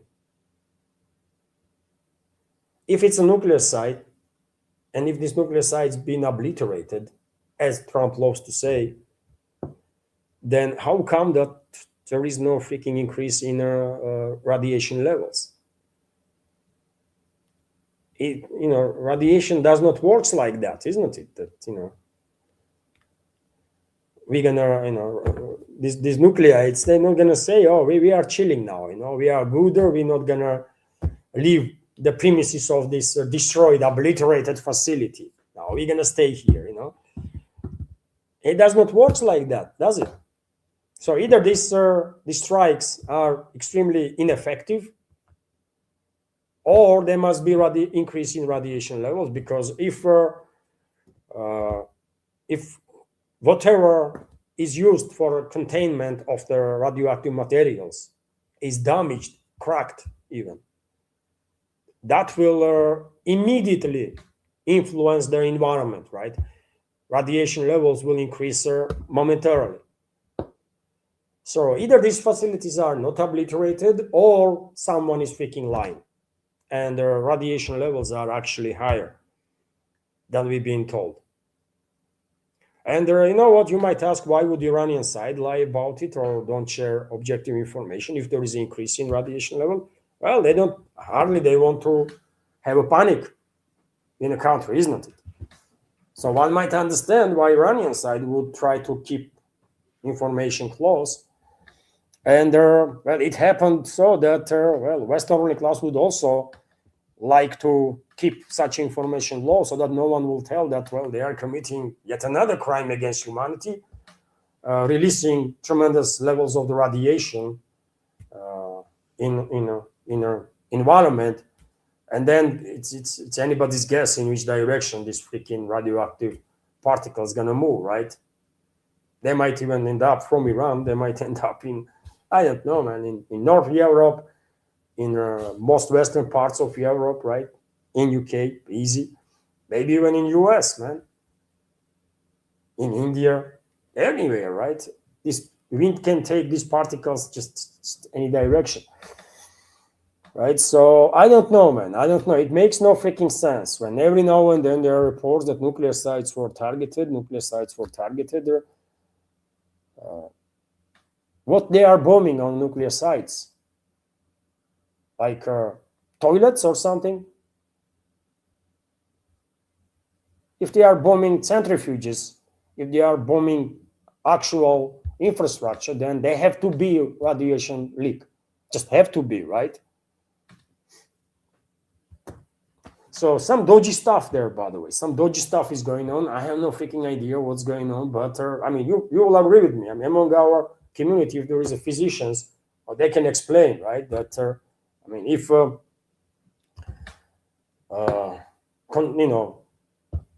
container or whichever infrastructure that holds these radioactive materials is damaged, even slightly, if it's tiny crack there, that's it, man.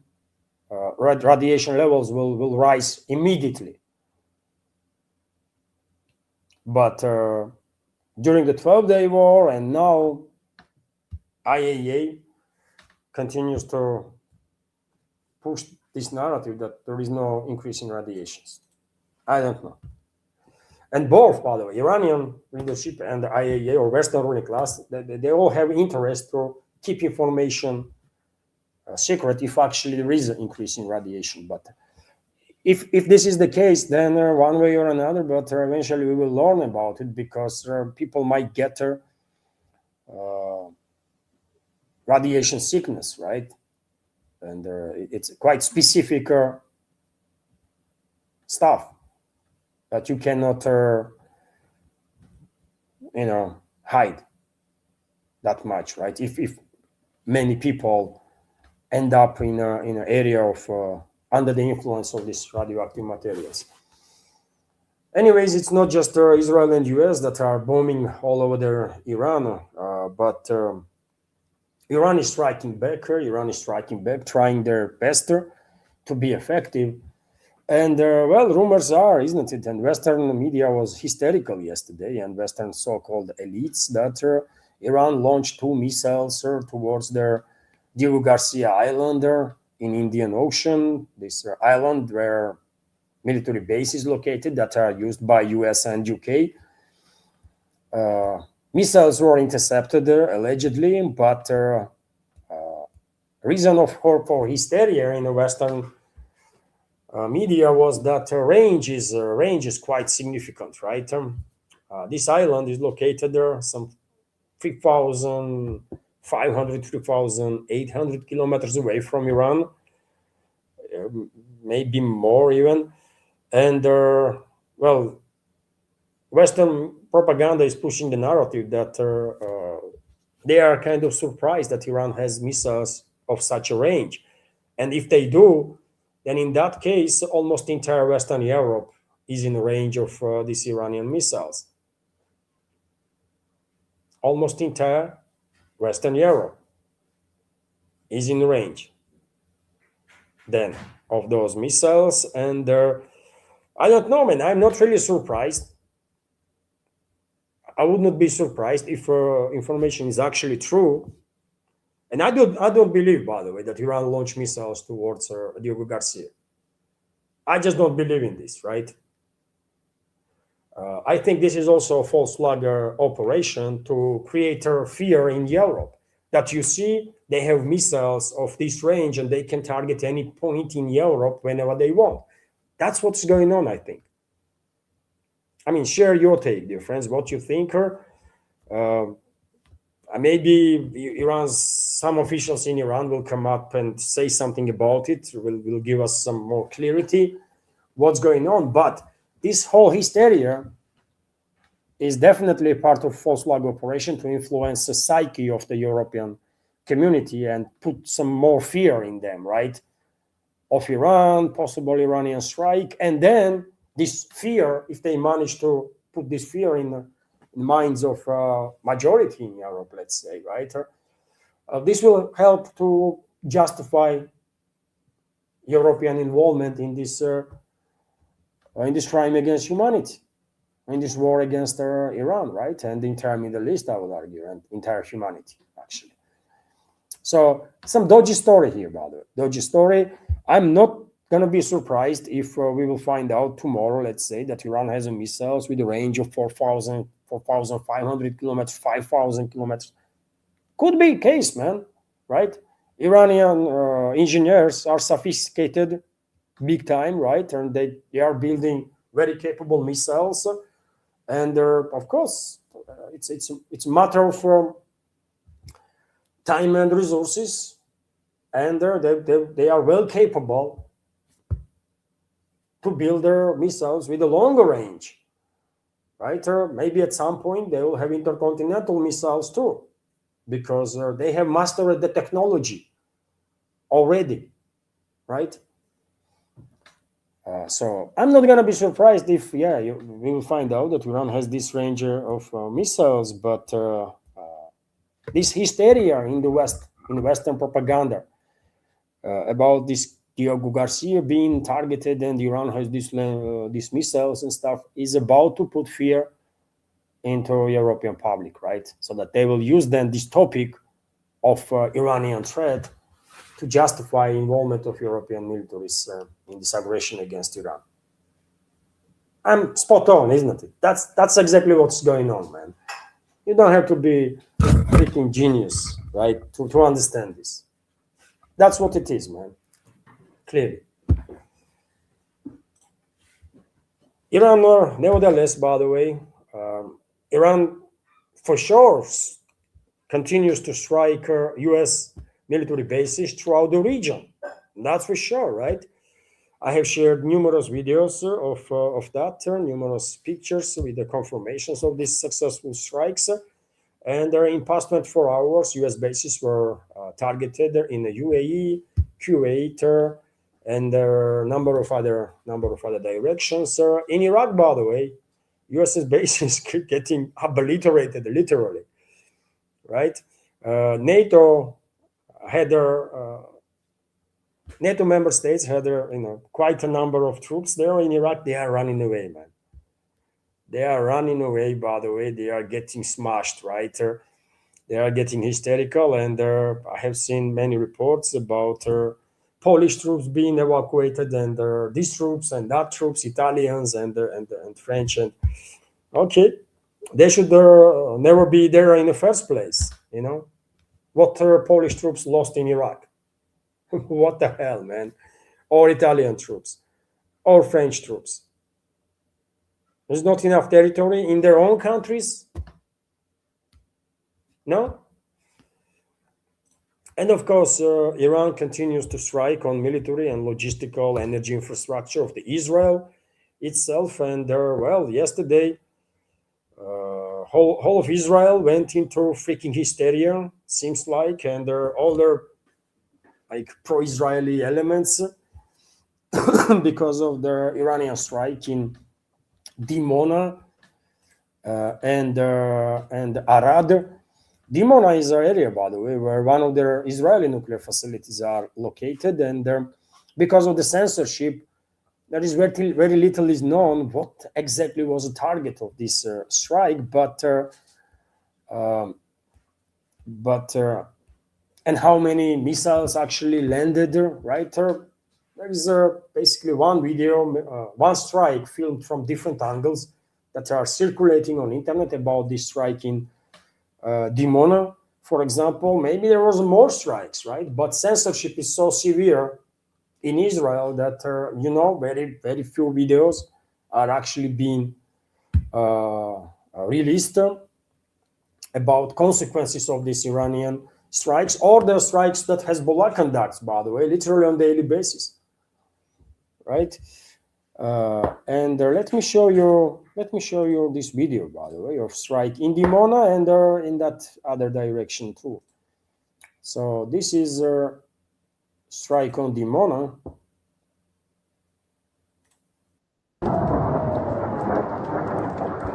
Whoa! Whoa! Whoa! Whoa! Yeah. Whoa! Yes. Abba! Whoa! Whoa! You see there, Israeli air defense tried to intercept this missile, but it could not. It just could not. Right? And Iranian missile passed this interceptor and strike. Whoa! Whoa! Whoa! So, Abba!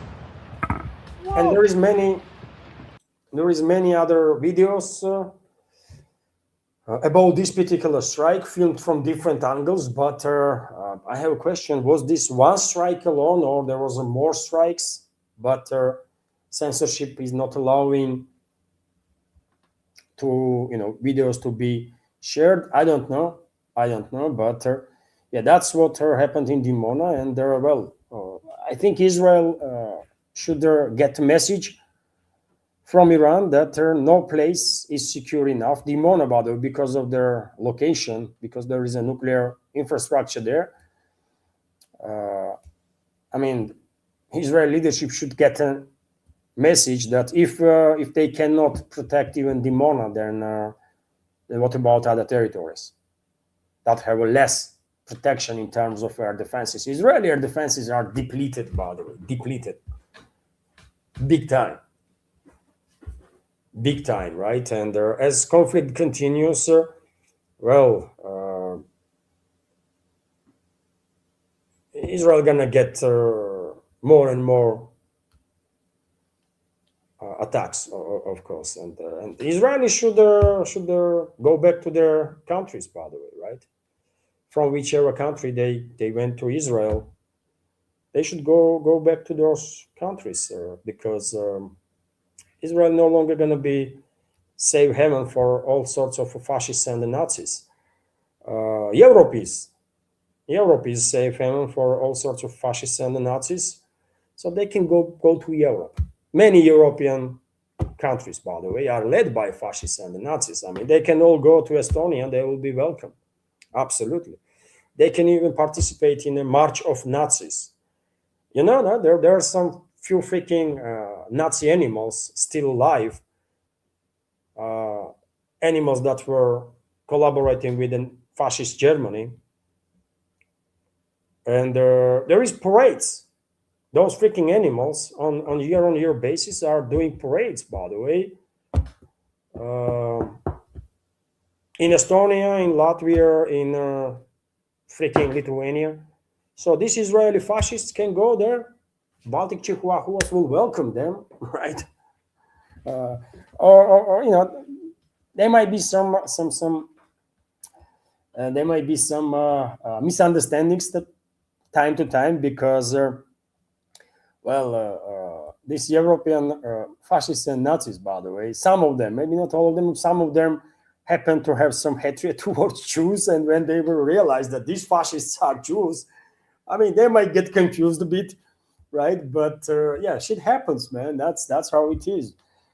Some people still cannot wrap their mind around the idea that these Israelis are actually fascists, right? Nazis and the fascists. And yeah, it happened that yeah they are weaponizing Judaism as a religion, right? I don't think they are truly believers in any religion. Those Nazis, Israeli Nazis, because they are Satanists, in my personal opinion. I don't believe real religion, Judaism, is teaching to be freaking Nazi or the fascist, right? It does not. It's an interpretation of these idiots that turns them into these freaking zombies, right? But anyways, yeah, they can fuck off from Israel, those fascists, and seek safe haven in European Nazi states, and there are quite a few of them there, right? Nothing to be said about many European countries that are led by Nazis and the fascists and genocidal maniacs, right? They're gonna be welcome for sure. And and by the way, look at this.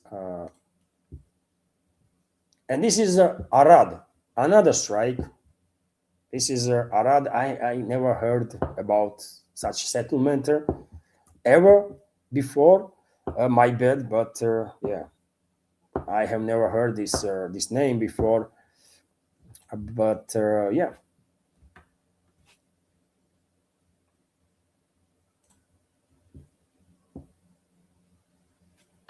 you see, there is a missile, and then so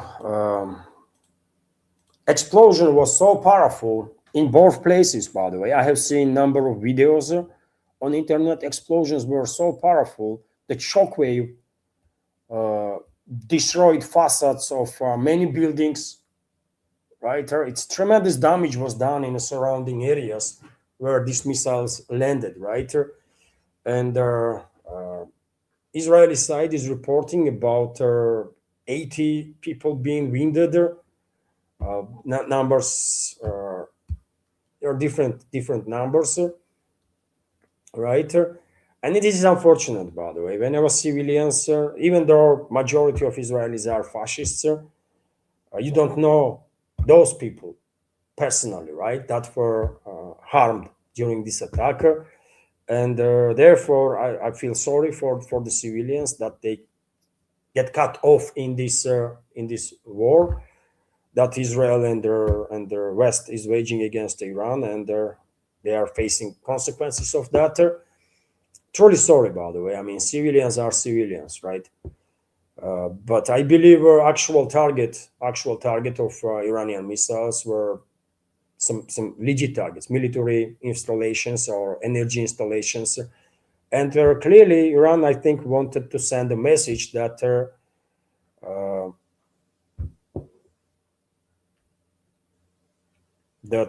even Dimona, by the way, most protected area, is not safe. And maybe Israeli leadership get the message. I mean, who knows, man? Who knows? But yes, Israel is being struck big time, man. Right? Let me check. Let me check. Rumble Bumble. There is no super chat as of now. Why, man? Come on. It makes a live stream a little more like interactive, when there is this super chat and stuff. I cannot influence their freaking numbers.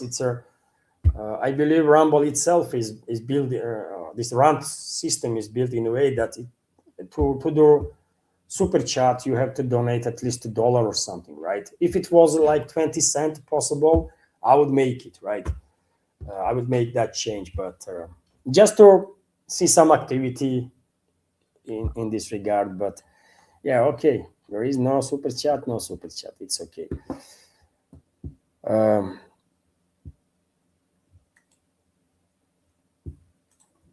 what else have I bookmarked, by the way? Right now on your screen, you can see a screenshot of video that Iranian IRIB media outlet or IRIB media outlet shared, in which Iranian air defenses are targeting F-15 fighter jet, either US F-15 or Israeli F-15. Both are operating with this type of plane.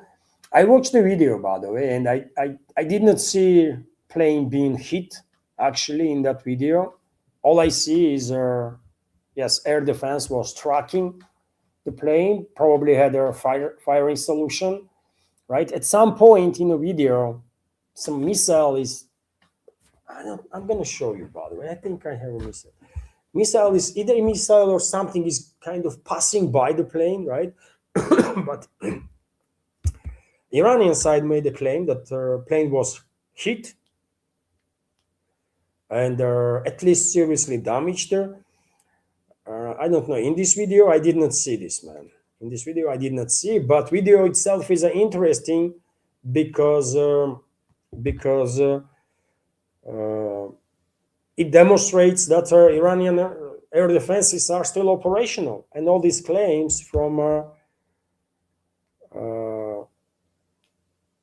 Trump and other officials in US that they obliterated Iran's air defenses is just a lie, right? Let me see. By the way, I believe come on, man, I don't have a video. I will find it. That video. Oh, I did. Just a sec. I will show you a video, by the way. But it's at least confirmation. At least confirmation that clearly, by the way,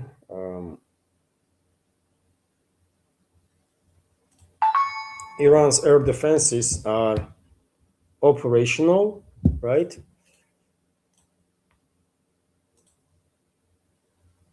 And I will show you a video itself now,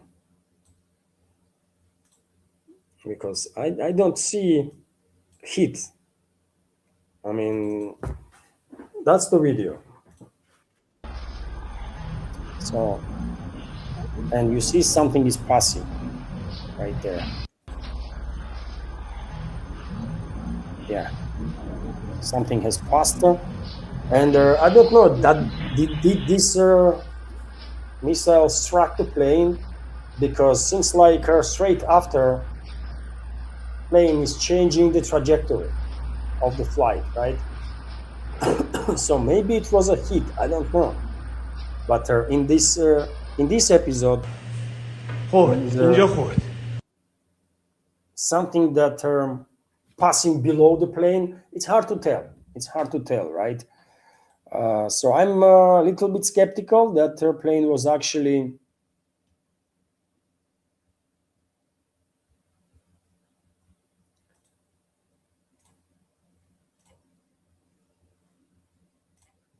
so I don't know. I would not argue that plane was actually struck successfully, but maybe, by the way, right? In any ways, I want to share with you this video just to demonstrate that Iran's air defenses are still there. Yes, significant number of air defense systems were probably destroyed during these unending strikes, but nevertheless, they still have air defenses that are operational. This is an Iranian air defense system, by the way, right? I believe this is an Iranian air defense system that uses this technology, this way of tracking, and they're filming also. I guess they still have some Russian air defenses, some Chinese air defenses, and longer this conflict continues, by the way, then of course there will be more and more probabilities, higher and higher probabilities that China, Russia, some other countries are going to provide Iran with additional weaponry, drones, missiles, air defense systems, anything, right? Anything. So that's the information that I wanted to share. Also, Russian president made a statement about Iran. Once again, he said Russia remains a reliable partner for Iran. President Putin stated in his Nowruz holiday greeting. Congratulations to Muslim members of our community. There was like yesterday, or day before yesterday, Nowruz celebration, right? I'm not a theologist, of course. I don't know much, but Russian president congratulated her, and I'm joining the congratulations. Vladimir Putin wished the Iranian people to overcome these severe trials with dignity and emphasized that during the difficult time, Moscow remains Tehran's loyal friend and reliable partner. The Kremlin's press service quoted him as saying, and I think this is important, by the way. I think this is important. Russian president is clearly sending a message, and not just and maybe not so much to Iran, because in Iran, Iranian leadership and Iranian people know perfectly well that Russia is there, right? Russia is helping. And many other countries, by the way. They are not alone in this struggle. They are not alone. But I think Putin is also sending message to Western ruling class, Western elites, and their puppet regimes that globalists are controlling, either in Europe or in North America or elsewhere, right? And their message is clear. Russia remains a loyal and reliable partner of Iran. That's it.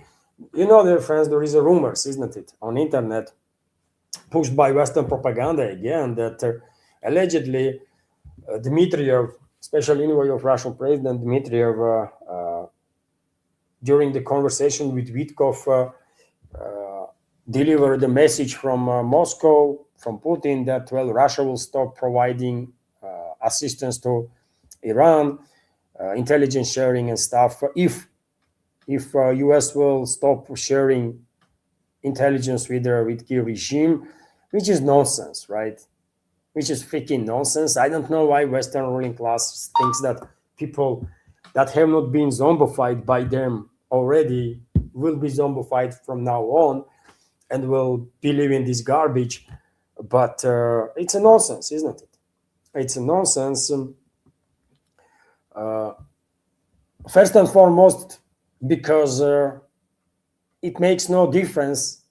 First and foremost, because Iran is a Russian strategical partner, and no matter what, we're going to support people of Iran. Period. That's the first and foremost. And then, if you want to argue that Well, I mean, it makes sense if US will stop sharing intelligence with their Kiev regime, then if Russia will not involved big time in this war to harm US. No, man, I don't think this makes sense. Because yet again, first point is a major point that Iran is our strategical partner, and we should provide Iranian people with whatever assistance we can provide in these extremely difficult times. Right? That's the right move. That's the only right move. Right? Same time, we can of course assist her for the escalation, but the escalation to happen, you need to have parties that want this de-escalation, right? Uh, But what is also interesting, people don't understand that U.S. Have to, in order Kiev regime not to be able to use U.S. intelligence, Washington has to stop sharing intelligence with the NATO, with Five Eyes. You know these Five Eyes that they have, right? It's a U.S., UK, New Zealand, Australia, Canada, right? And they are sharing intelligence with NATO, correct? And most of these NATO countries are providing intelligence to Kyiv regime. So even statement itself that West is pushing that US should stop providing Kyiv regime with intelligence and then Moscow might do this or that is nonsensical because it's a NATO countries that are providing intelligence. If US is out of game of this bloody crime, then UK will do the same, and they do already.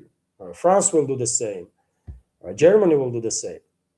So, in order to cut off Kiev regime from any intelligence from the US, Pentagon and Washington and the Langley, they have to stop sharing information with NATO. And right now, there is a message, by the way, about boosting. Let me check.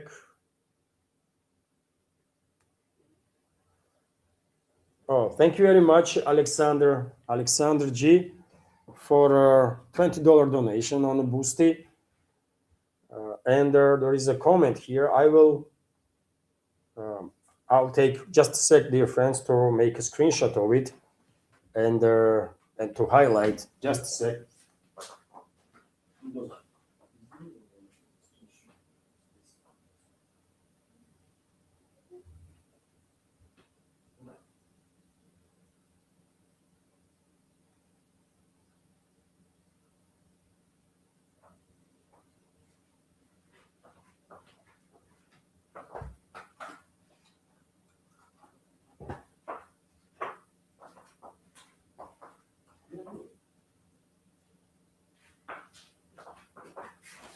Dear friends, it takes a minute. Please don't go nowhere. We have a community chat, right, to go through now. I mean, news in terms of news itself, I almost shared all the news that I bookmarked for the news segment. There is just these two reports, two news left.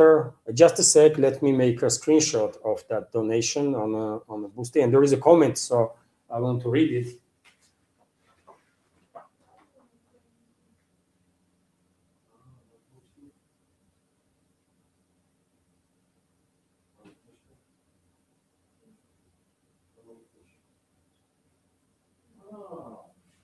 Подожди. Не-не, я знаю, как сделать. Подожди. Я здесь сделаю скрин. Я понял. Just a sec, dear friends. Anna is at work. And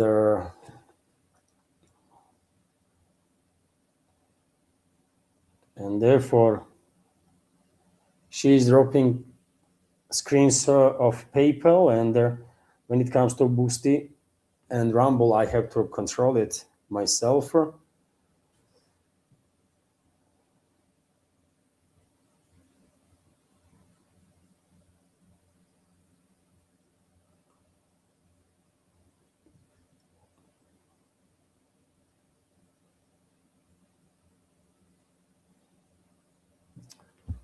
What the hell? Okay.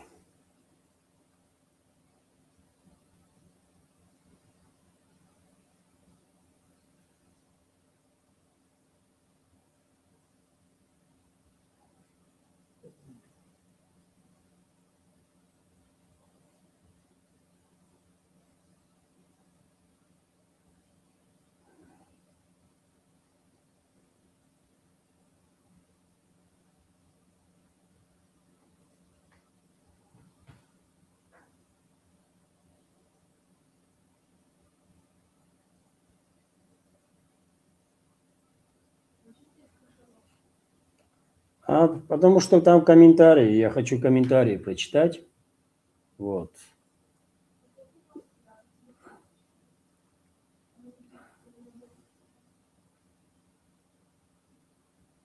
Да, я сейчас сделаю.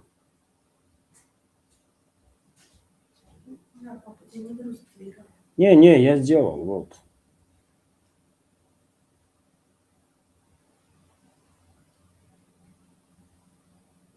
Окей. Merci. Так. И далее.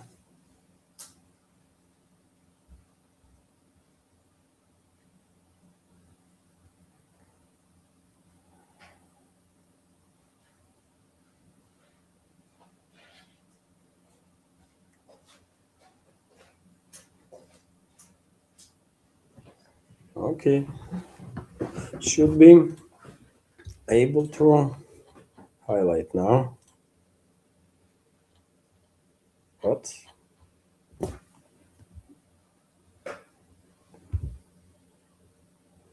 Okay.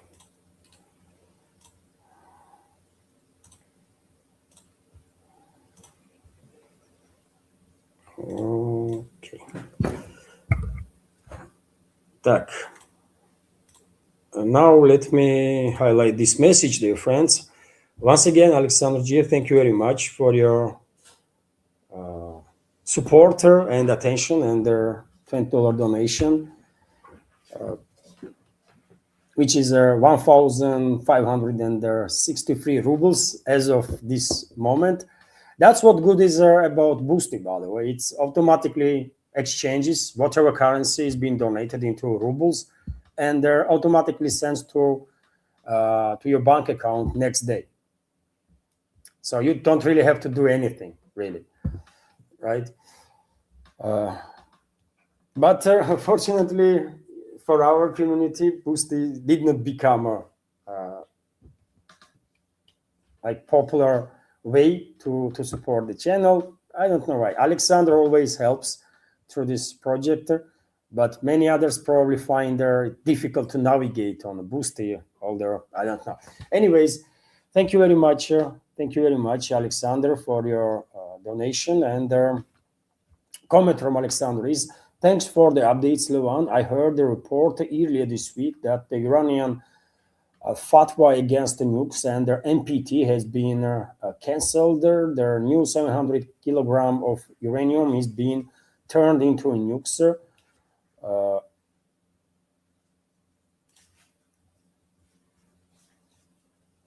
To by April. No, Alexander, I have not heard anything about it. I think I'm not a theologist, of course, but I think fatwa issued by previous supreme leader of Iran cannot be, I mean, probably can be adjust or removed from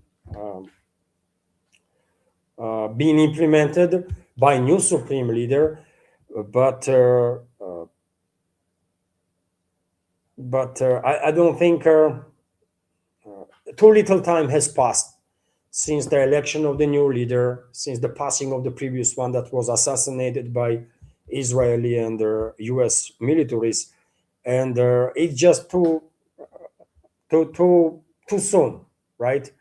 And people in Iran might take probably could take such a decision of a new supreme leader to overrule fatwa of a predecessor as as something not really appropriate, right? Probably at least some time has to pass, right? And yet again, I don't think it makes any sense for Iran right now to move in direction of creating nuclear weapons, because that will make it even easier for globalists and their allies Zionists to deploy nukes against Iran. So I think these kind of rumors can be spread only by globalists, Zionists, and their assets in order to justify possible deployment of nukes against Iran. I honestly I did not see any reports about fatwa of previous supreme leader being overruled, and I don't think current supreme leader, son of the previous one, will do such a thing until, at least until this war will end. Right? Once this war ends, then we might see a different situation. Right? But for now, I truly don't think Iranian leadership will do this. So all the talks about this matter, all the talks that Iran might build 10 nuclear weapons, and there is a lot of rumors, isn't it, that Iran can build 10 nuclear weapons with this enriched uranium and do this and that. This is all just a Western propaganda, I think.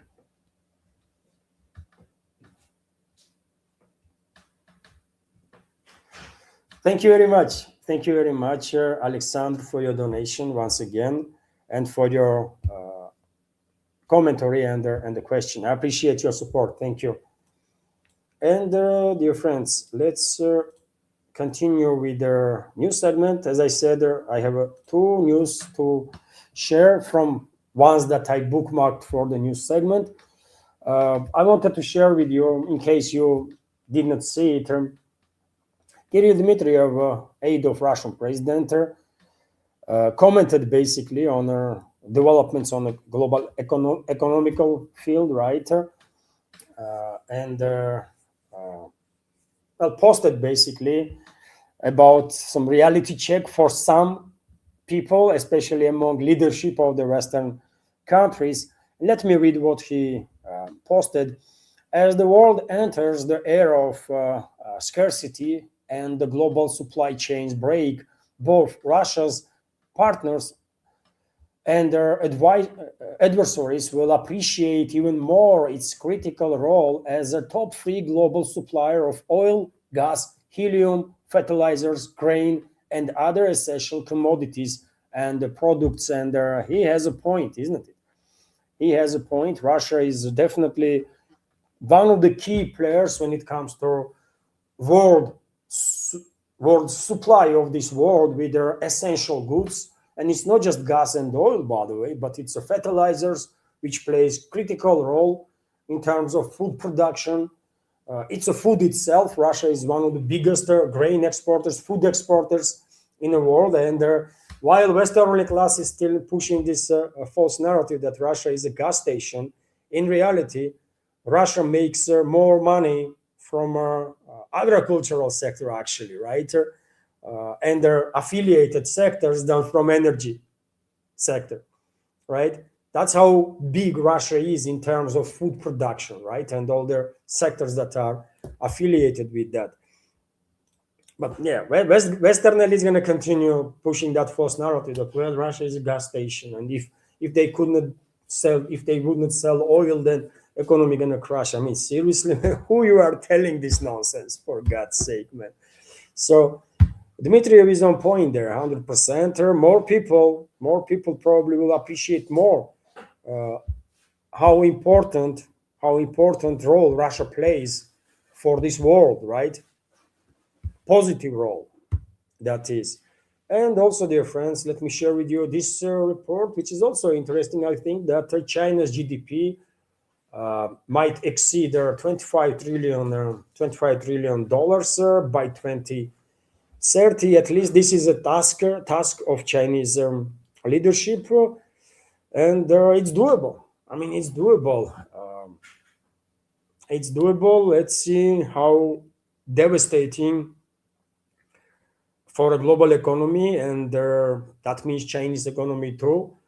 Current crisis gonna be that was created by the Western ruling class, but well, China already demonstrated that they are well capable of achieving some tremendous progress in terms of economical development, and I definitely would not be surprised if by 2030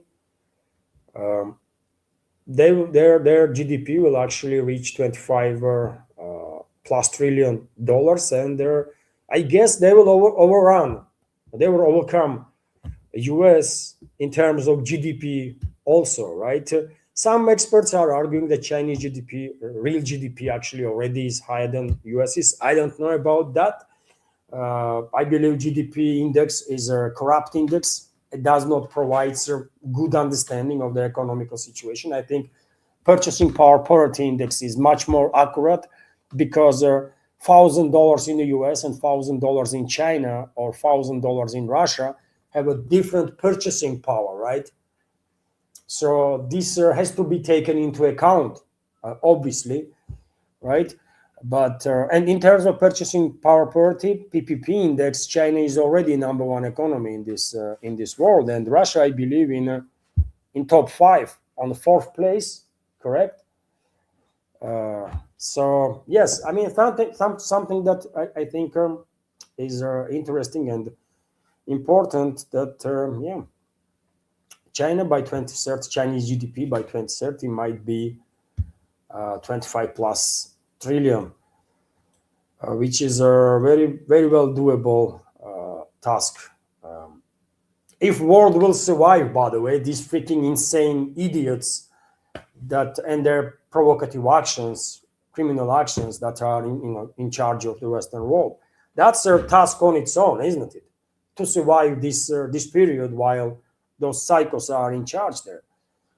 And I mean, I don't know, man, what's gonna happen to Western societies to wake up. I mean, majority of Western societies, but they should, because I mean they live there, isn't it? If anyone can influence those psychopaths that are in charge of the West, is it should be locals first and foremost, right? Local societies.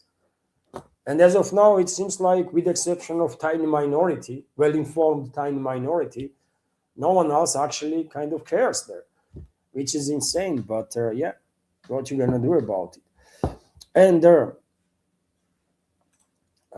dear friends, oh Viper, thank you very much again for a gift of a premium subscription to members of our community. Two more gifts, by the way, right? Two more gifts, and this is it's a already free gifts, isn't it? So it's a $15 donation to this project. So thank you very much, Viper, for your support. Let me highlight this too. That's how it looks, by the way. That's a gifter from Viper to a member of our community on Rumble. So thank you, Viper, for your assist and for your support and their attention. It's a $15 donation already, free gifts of such a type. Thank you. And dear friends, it's a community chat time, isn't it? It's a community chat time. I want to check a few media outlets for possible breaking news right now, just to make sure that I'm not gonna miss some developments that are happening right now. Financial Times reports that conflict with Iran has paralyzed the US oil and the gas markets. Well, it's a strong word, sir. Paralyzed, really? I don't think so. I know there is a hike in energy prices in US, in Europe, about 15, 20%, in some cases maybe 30%, right? But we should keep in mind that from Middle East and Western countries, by the way, were receiving only like 20% of energy from the Middle East, right?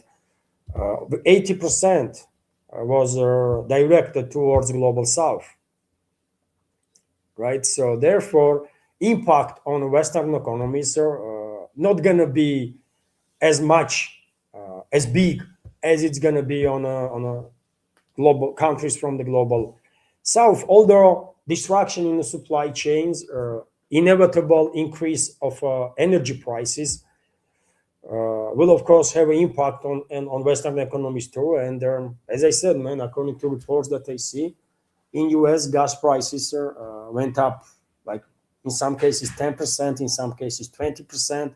Up. Diesel went up seriously, isn't it? In US, diesel almost double.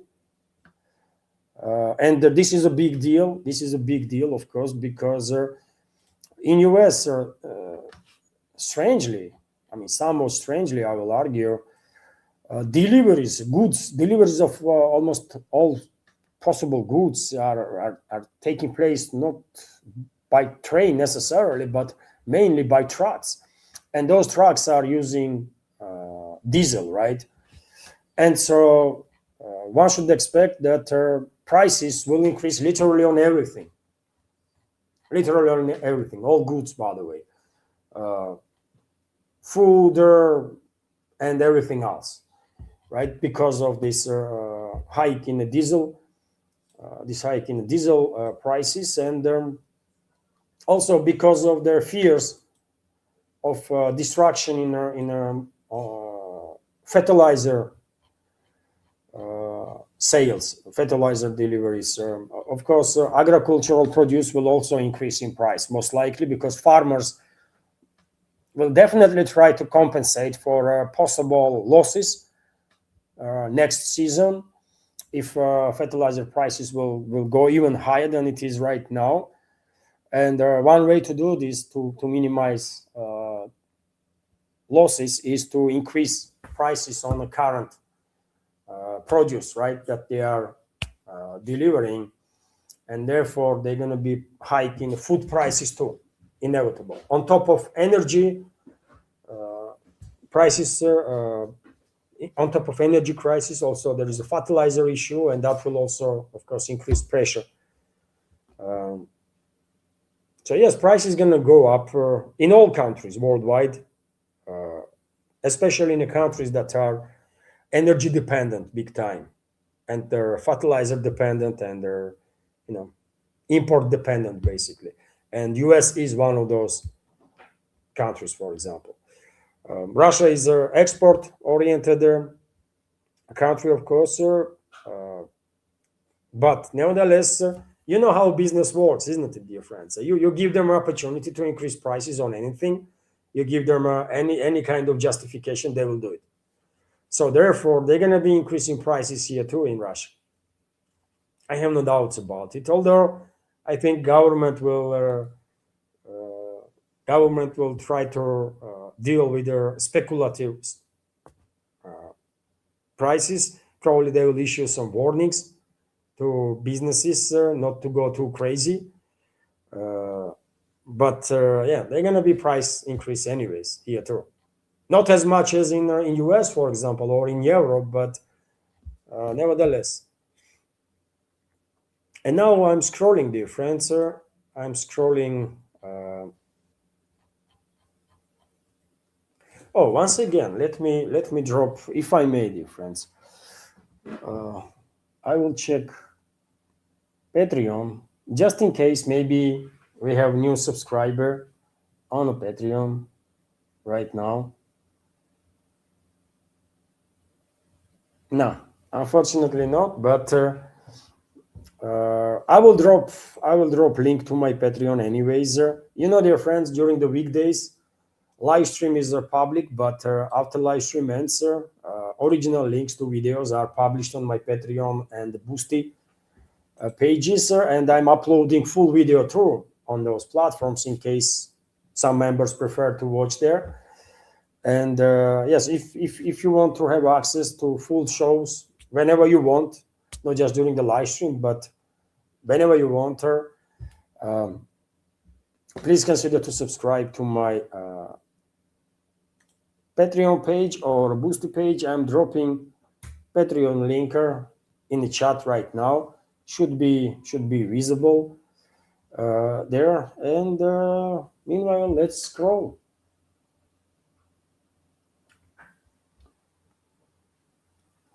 Wow, that's quite something.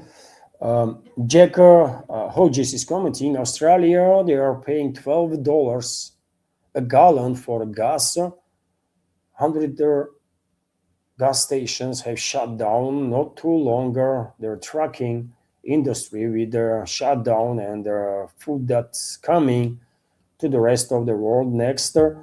Well, you mentioned trucking industry. I just spoke about it, isn't it? Just literally minutes ago. I think Australia will be also hit because trucking is a big deal in Australia too, isn't it?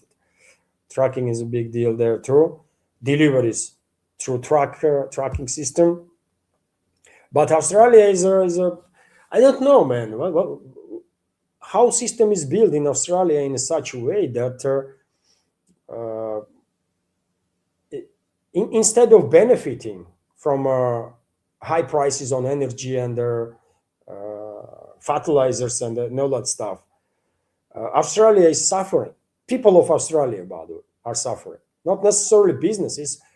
You might laugh, dear friends, but I believe our energy sector in Australia is subsidized by government, which is crazy, isn't it? It makes no freaking sense whatsoever.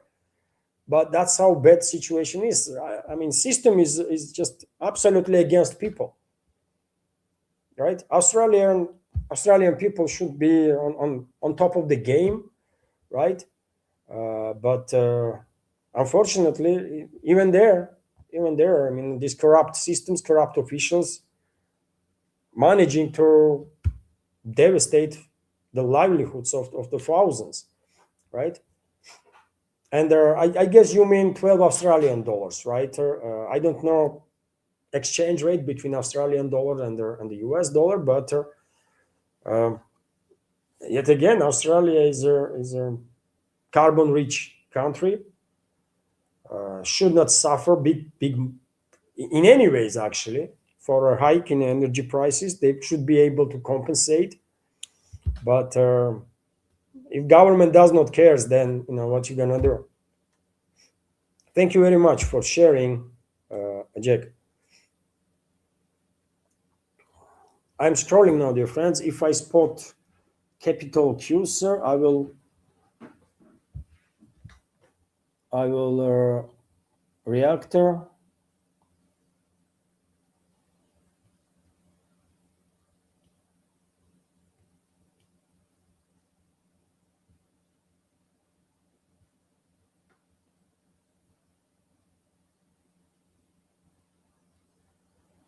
Capital Q, by the way, will help her.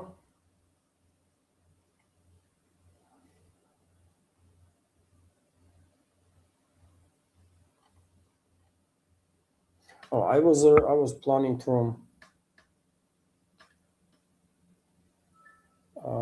I see the question from Sashim Sashimi Kuder is asking. I can I can answer Levy's question why Russia keeps holding Baker and they're wasting 4 years in SMO. The government is balancing various factions and taking a moderate position to please everyone. Wants a term with the USA. Well, Russian leader. I mean, it is clear that Moscow would love current leadership of Russia would love to have a working relationships with Washington, and I would love to see that too. By the way, I myself have said many times, right, that if Moscow and Washington were on a good terms, that would be beneficial not just for both countries but for all of humanity, right? If you ask me, I would love to see the strategical triangle of Russia, US, and India.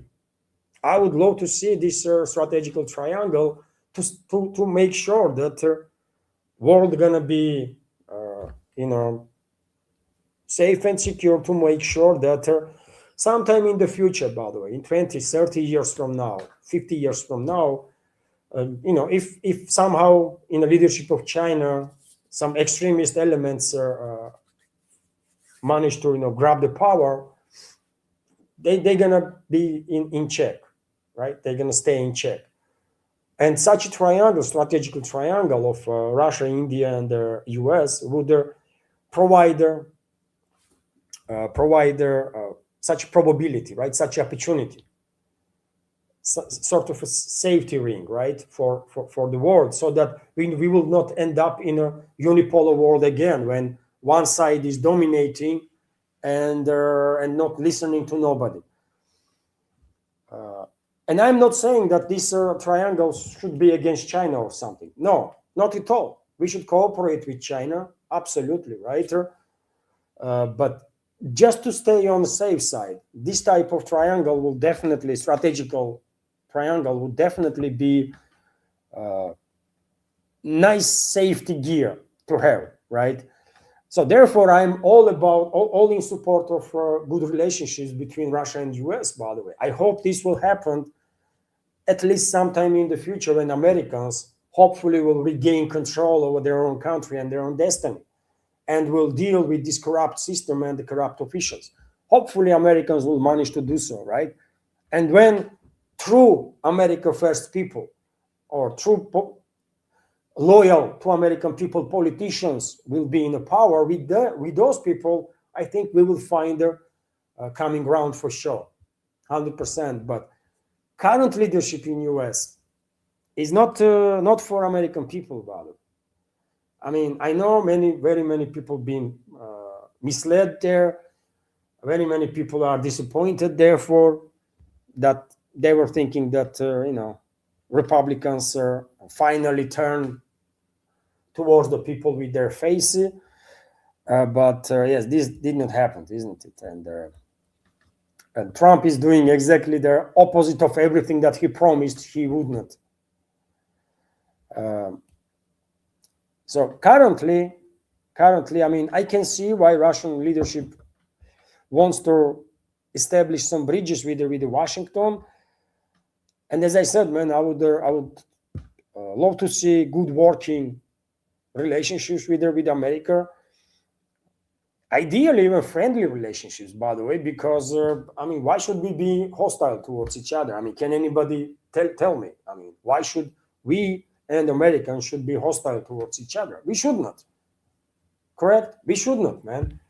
Only reason why our countries have no good relationships is because of freaking idiots in a political class out there in US that are using US as a tool, right, to enrich themselves, to push for whatever sickening agendas they have, right? Otherwise, if America was actually run by people that care about US citizens, with those people, we will find their, coming ground for sure. But now this is impossible. This is impossible, but Russian leadership still tries, you see. They are still trying. And I don't know, man. Let's. I can only hope that they will succeed, man. I don't believe that this is possible to, have successful negotiations with the current ruling class in the US. But that's me, isn't it? I'm skeptic, but Russian leadership is a bit more optimistic, and I can only hope that they are correct, right? Because improvement in relationships between Russia and US will be beneficial, obviously, if it will happen. And that's it. And it's also a balancing act, of course. I mean, we should always keep in mind that everything we know based on open sources. Everything, literally, we know is based on open sources, while leadership of any country makes decisions based on also classified information. And that is in case of Russian leadership too. And God knows what they know, man. We definitely don't know, right? And they might have plenty of additional reasonings why they are implementing current policy and not a different one. So that's also something that needs to be, taken into account. And by the way, I guess blood pressure is messing with me, because I find it difficult to read right now. When pressure is messing with you, you are losing focus, isn't it? And it will regulate itself. But for now, if I may, I'll take a 2 minute off. I'm gonna come back. By the way, don't go nowhere. If you want to continue community chat, of course, it's a Sunday. By the way, there are not that many programs in alternative media, not that many updates, and even if there were, by the way, I'm quite sure that I'm making one of the most informative programs out there. I mean, you tell me what you think about it, but I truly believe that I'm at least I'm trying to make one of the most informative programs in alternative media in this field.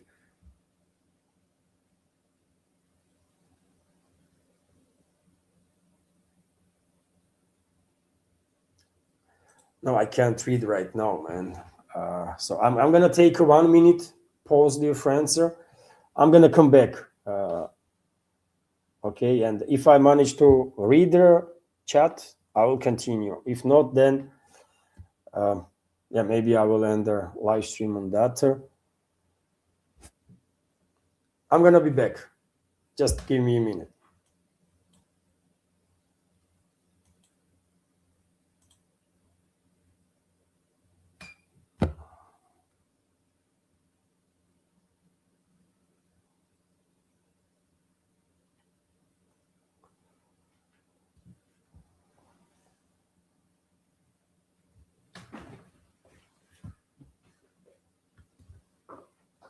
Что ты фокус, блин?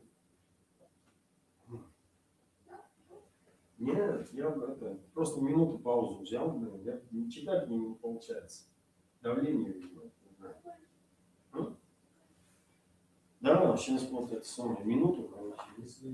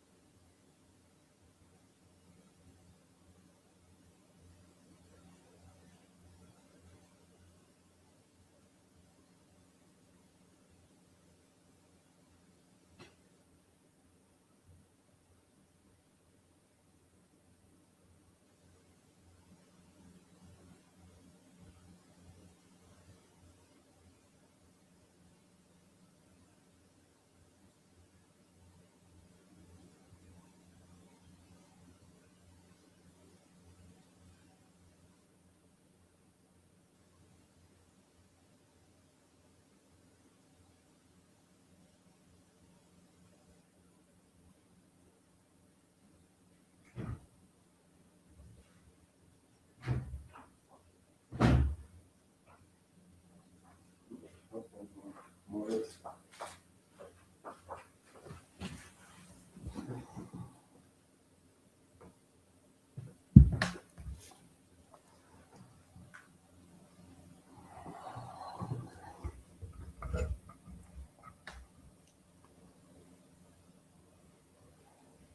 Okay, I'm back. I wouldn't say that I can read better now or I can see better now, but um, anyways, I will scroll, dear friends. I should spot capital letters at least. And my apologies if I miss your question, dear friends. let me check here through.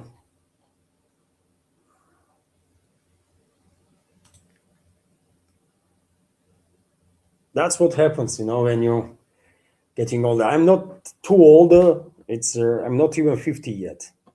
Uh, I'm almost there, but nevertheless, we might feel we might feel like 30. When we were 30 years old, younger, full of energy and stuff. But yeah, physically, spiritually, we might feel ourselves like that, isn't it? But physically, nah.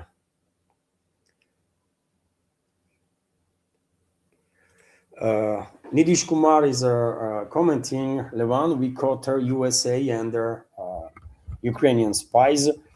I know there was, I reported about it, Nidish, in one of my recent updates. I believe 6 citizens of Ukraine and one US citizen was detained by Indian security services for participating in terrorist activity in Myanmar, by the way. This was a CIA, I'm quite sure, by the way, 100%. This was a CIA operation. CIA was using Ukrainians as mercenaries.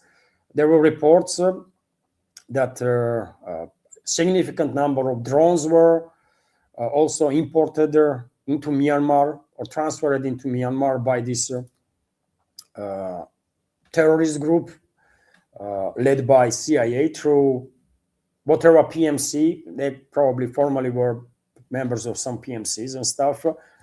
But I predicted this would happen, isn't it? That many citizens of Ukraine with their battle experience, with experience in modern warfare, including drone operations, will become members of different PMCs, right? And will end up in all sorts of conflicts throughout the world.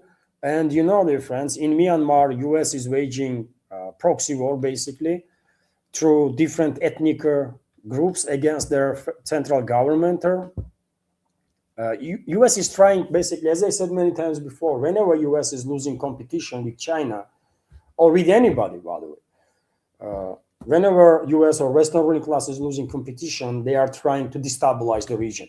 So if they are not in control, then no one else will be, right? If they have no strong standings there, then no one else will.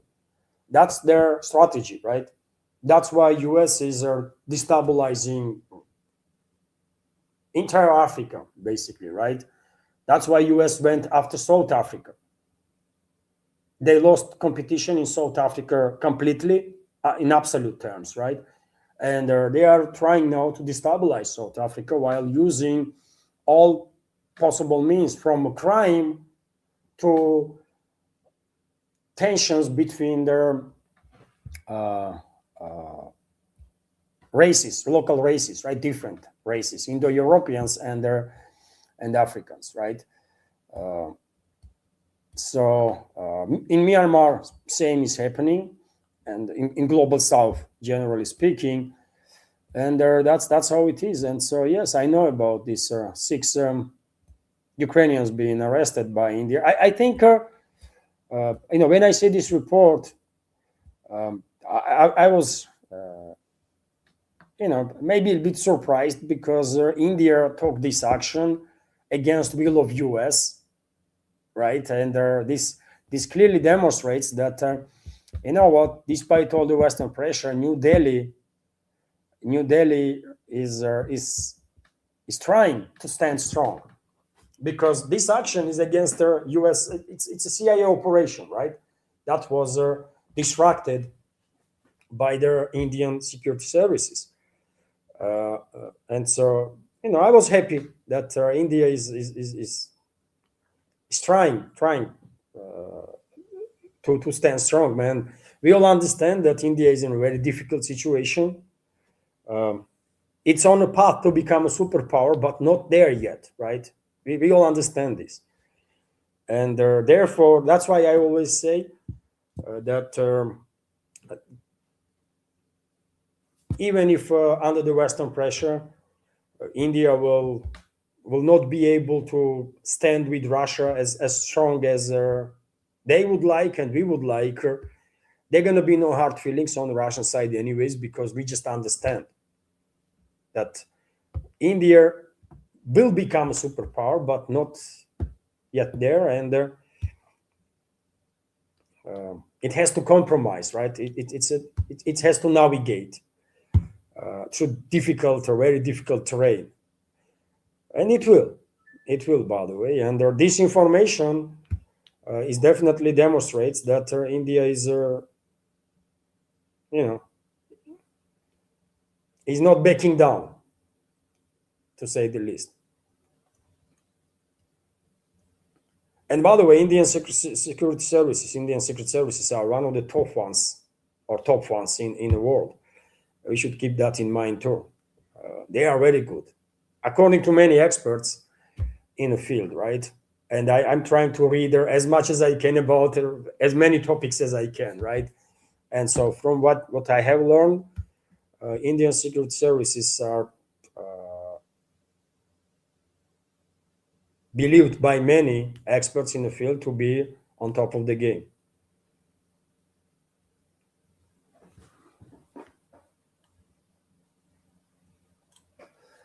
NSPK is commenting, China has proven it has their diplomatic skills, but the West will never accept them as their deal makers. It would show yet again how the world has fundamentally changed. Oh, China definitely has not just the diplomatic skill, but they are very good at it, right? Look how successful China is in terms of projecting power without actually deploying troops all over the world, right? They are very good at the politics. They are very good at trade business, and they are very good at diplomacy, obviously too. And we should keep in mind that deal between Iran and Saudi Arabia a couple of years ago was brokered by China, when these two arch enemies, basically in a region, with assistance of China, agreed to reestablish diplomatic ties, right? As of now, of course, relationships between the two are in a gray zone, at least. And Riyadh seems like Riyadh is unable to withstand pressure from the West, and maybe in literally in upcoming days, Saudi Arabia will enter this war against Iran directly. Let's hope it would not, but there is high probability that they will. But nevertheless, when Chinese broke that deal between Tehran and Riyadh, that was, of course, something extraordinary. Everybody probably was surprised, right? That was a tremendous success of Chinese diplomacy, 100%, right? So it's a good player, by the way. China is definitely force that can serve can be absolutely good for whole of humanity, right? We have to learn how to cooperate with China, how to do business with China. And all we need is to make sure that at some point when China will become absolutely dominant force, of course, if Western ruling class would not blow up this world before that, we just have to have some safety features in place to make sure that world not gonna transform into unipolar again, right? Because it's gonna be a disaster, right? As it was a disaster, and still is a disaster when Western world was acting like it's only them, right, and no one else in this world. But yeah, China is a serious player, by the way, of course, and they achieved tremendous success because they are good in politics, in trade, in diplomacy, otherwise, and in many other things, right? Otherwise, this miracle that they managed to pull off in last in only 3-4 decades, by the way, it only took for them like 3-4 decades, and they transformed country into this modern economical mega power, right? That China it is right now. So,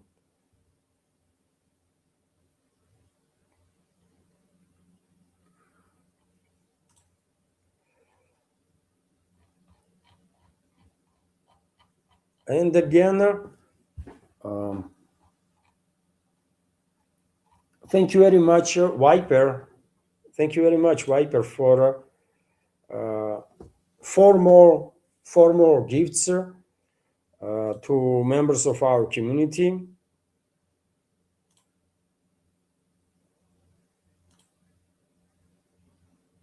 I mean,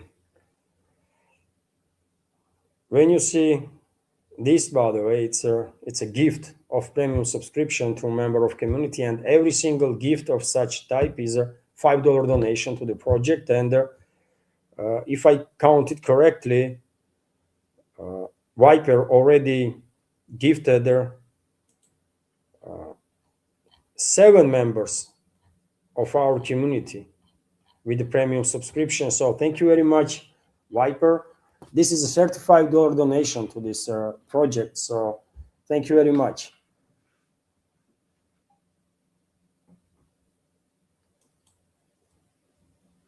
And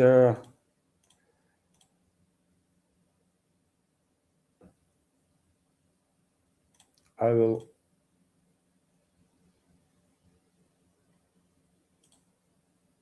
just save the friends.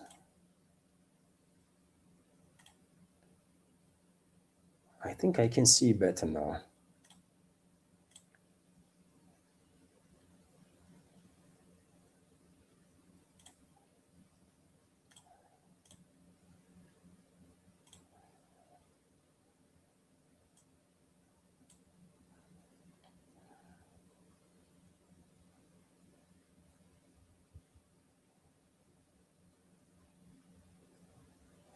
Right now, RIA Novosti is reporting, dear friends, that Iran has threatened. Let me open.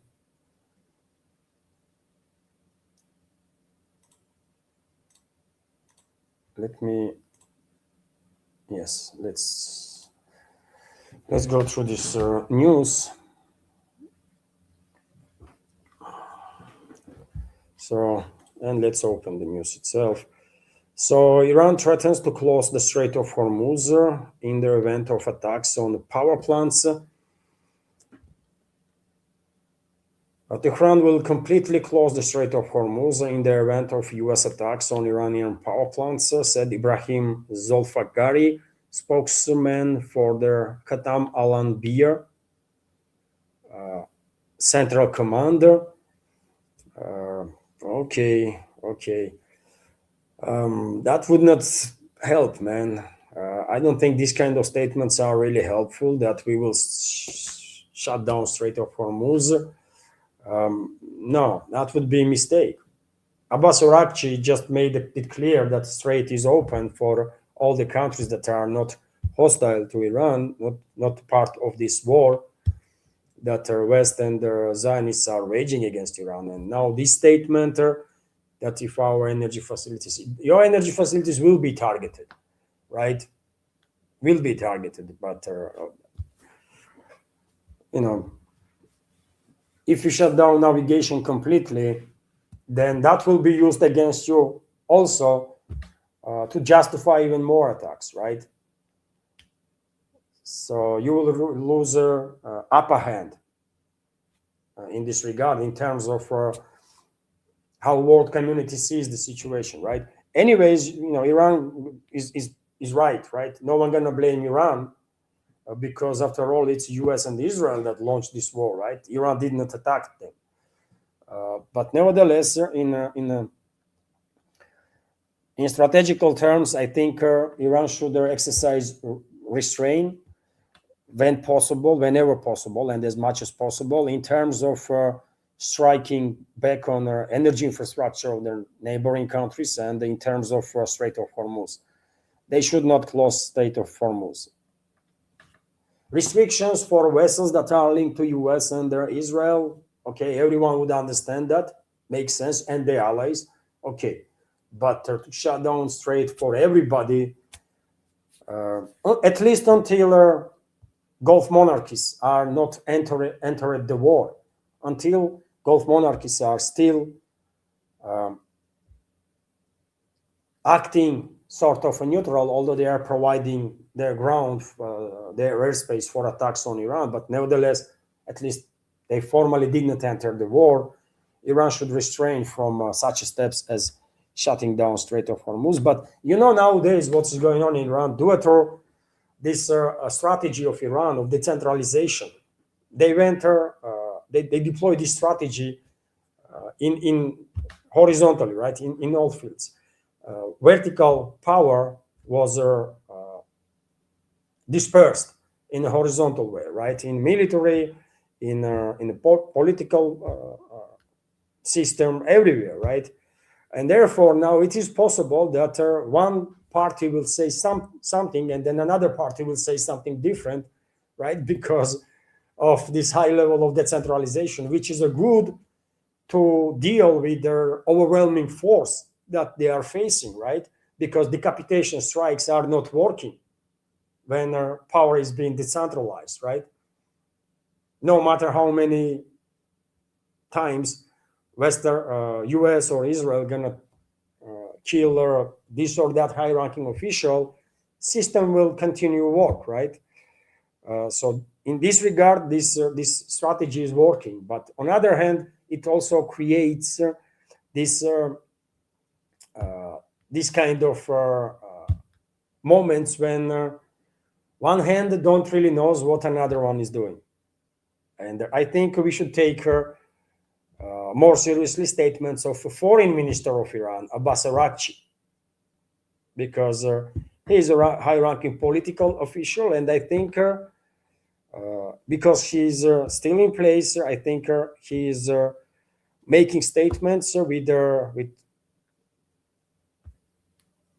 their consultations with their new supreme leader, right? And therefore, this may just be tough talk on behalf of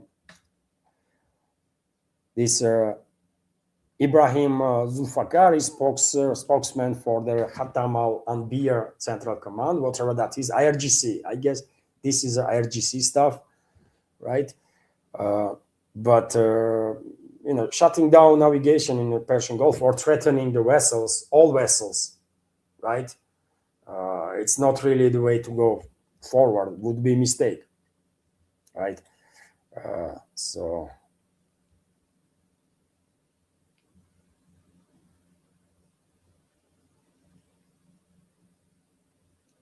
in Rilsk, by the way, 2 civilians were hurt as a result of yet another terrorist attack by Kyiv regime and its NATO backers.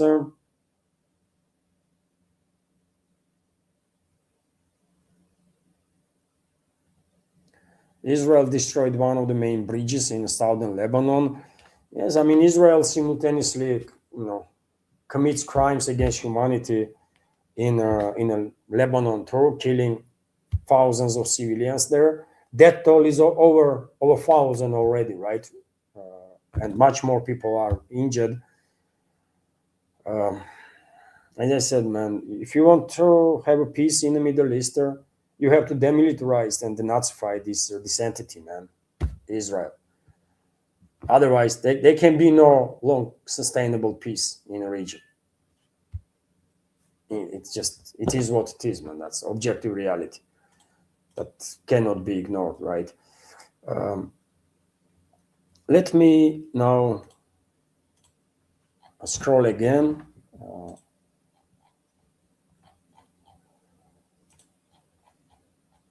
And dear friends, my apologies if I miss your question. I'm gonna scroll faster, and I can see now better, much better. Like 10-15 minutes ago, I was barely able to freaking read anything. But yeah.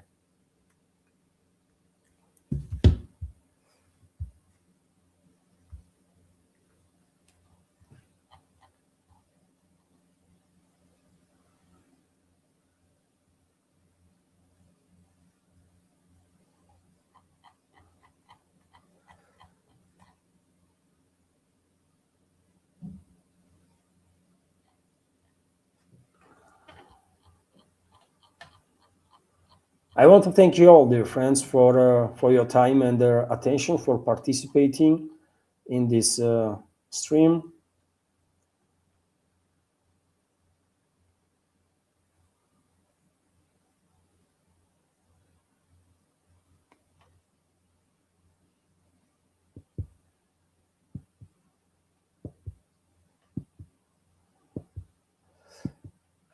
Yes, dear friends, New Bones is commenting. Hit the like buttons. Yes, I mean, either like the video, this Saturday, Sunday content, whatever it is. I had a day off yesterday, but it's not always like that. There are many Saturdays that I'm publishing updates. Um, so whatever is being done on Saturdays, Sundays, on weekends, those videos will stay open, stay public. But on work days, on weekdays from Monday to Friday, after live stream ends, videos are unlisted and the original links are published on my Patreon and Boosty pages. So yes, if you can click that like button, and there more people will, probably more people will come across this video. And I think we had a good conversation, isn't it? I think we had a good conversation, and um,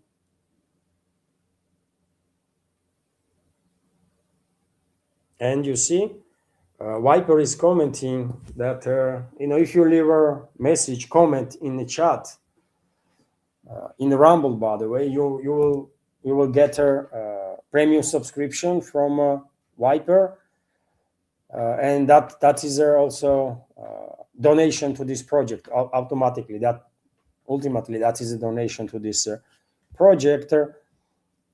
In case you don't know my channel, I will drop. I just dropped, by the way, link to my Rumble channel. NSPK is commenting. Is there any hope of comeback of somewhat in, impartial UN to deal with the global conflicts? Wow, that's such a question, isn't it, NSPK? UN, goodness me, man, what they did to UN, it's unbelievable, isn't it? They trash it, absolutely. I mean, Western ruling class first and foremost, isn't it? It started decades ago. You remember, war on Iraq, by the way, was absolutely illegal from an international law standpoint, but UN was unable to stop this. And after that, we can actually go back even further in history, but after Iraq war, UN is only losing its authority, isn't it, throughout the world. And as of now, as of now, I don't even know if UN can be saved, man. UN resembles League of Nations, isn't it? Before UN, there was a League of Nations or something. Somewhat similar construction. And before Second World War, way before Second World War, it's become completely irrelevant. No one really cared about that League of Nations, isn't it? And I think UN is in a somewhat similar position right now. Probably, theoretically, maybe it can be saved. But this only can happen if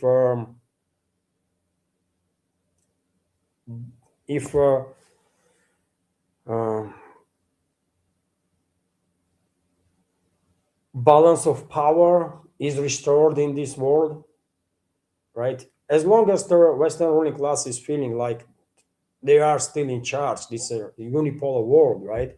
They would not take seriously anybody and any institution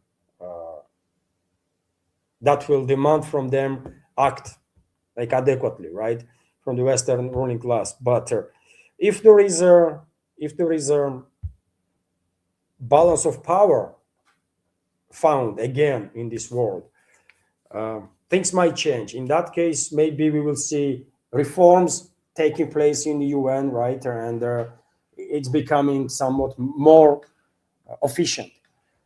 And how we can reach that balance of power? Yet again, only way that can happen is a nuclear standoff, I think. A threat of nuclear war, full-scale nuclear war, that's a strong enough threat for everybody to take a seat, calm down, and wake up, right? Have a decent conversation, right, and a respectful one. Maybe nuclear standoff will be wake-up call. Actually, nothing else will help, I think. And there is a probability that some scenarios might work out during this major crisis in the Middle East, which will get us to that nuclear standoff between Western world, let's say, and on one side, and Russia and China, and potentially India on the other side, right? Or Western world and rest of the world, because Russia, China, India, Pakistan gonna support also this. Pakistan also gonna be on the side of the rest of the world. North Korea, right? All nuclear powers. I mean, on one side, U.S. Western world, U.S., France, UK, Israel, nuclear powers. On the other side, Russia, China, India, Pakistan, North Korea. And we might end up in such a nuclear standoff because, as I have said many times before, neither Moscow, neither Beijing, neither humanity, for that matter, in general terms, can afford Western ruling class to succeed in its plans in regards to either Middle East or in regards to rest of the world, right? And I have explained many times before that these Middle Eastern developments are only one chapter in the strategy that Western ruling class is implementing for decades now, that are directed to maintain the dominance over the world by the Western elites, and they're directed on destruction of global South, right? Russia, China, first of all, and global South in general. So therefore, I see, because neither Moscow, neither Beijing can afford Western ruling class to succeed in this strategy, I think our probability of nuclear standoff is real. We might end up there. And hopefully, standoff itself will be enough to force Western ruling class to acknowledge that they are no longer in a complete charge of everything in this world. There are other powers too, and hopefully that will help them to realize that they have to have a discussion now. They have to have agreements with other countries, right? They have to learn how to live with others. And if that will happen, then maybe UN will be reformed. New members will join Security Council, and UN will actually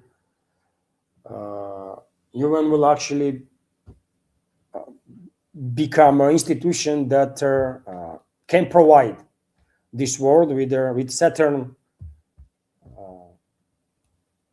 framework which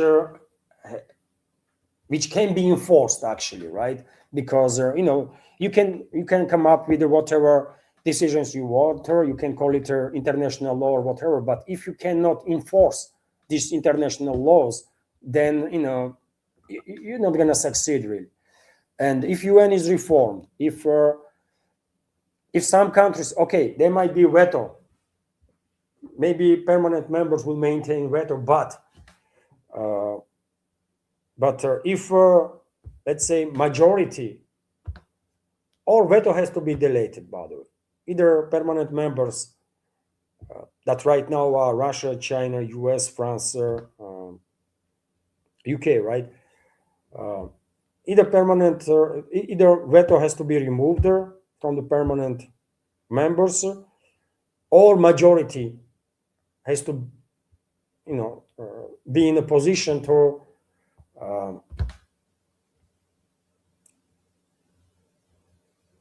or majority vote has to prevail, right? And in that case, UN will have enforcement capabilities, right? And maybe this is necessary. I can understand some people will say, "What are you talking about? If UN will have enforcement tools, then that's a one world government and stuff like that." But if we want UN to be capable institution, then that's the only way we can go forward. Otherwise, if no one cares about decisions that UN makes, then what is the point in existence of this institution, really, right? So anyways, if UN will survive and become a more effective institution, that can happen only if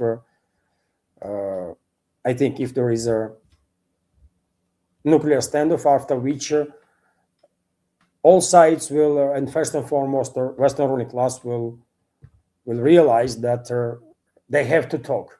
They just have to talk and be engaged in honest negotiations, right? Not like now when they are using diplomacy as a tool of deception and a weapon, but in actual, decent, honest negotiations. It's a complex issue, right? As of now, I don't think there is that many people who believe that UN can be saved, but probably there is some ways, right? Or, this power struggle in the world will continue until one way or another balance of power will be reached, right? And acknowledged by everybody. And then something else will emerge instead of this UN.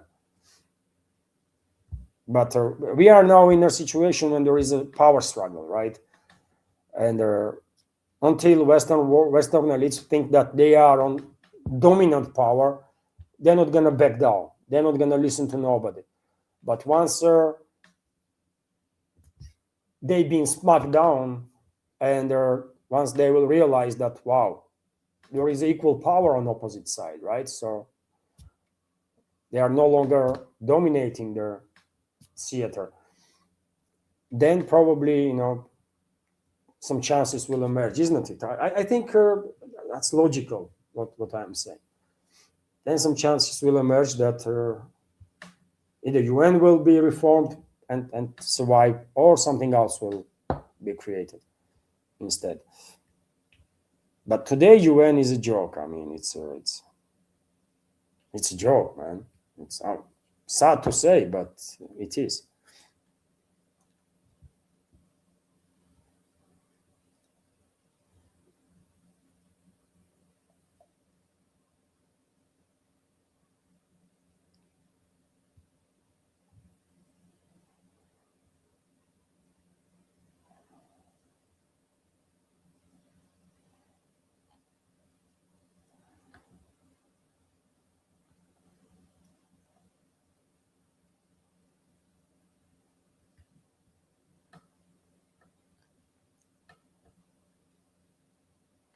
On this topic,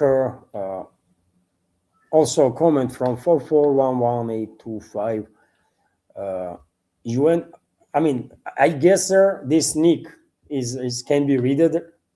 This should be read as some word, but and I know there are many nicks that you have to see actually alphabets, not numbers, but alphabets. But I'm not that clever to see any alphabets there. But anyways, their comment is that the UN was always a corrupt institution created by imperialists to maintain their status quo. I guess so. Yeah, I guess so. This is true. But I mean, if we are looking for some sort of arbiter in this world, right? If we want to create an institution that will be arbiter, right, in this world, then we have to go for some sort of institution, isn't it? It may called UN or something else, but there has to be institution that would not be corrupt. And UN was corrupt. I agree with you. UN was corrupt because of this veto, right? Permanent members had a veto, and that meant all the work that does or UN does uh, can be derailed by any of these countries, right?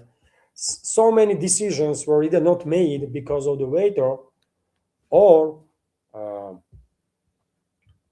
uh, was not implemented because of this hostility between their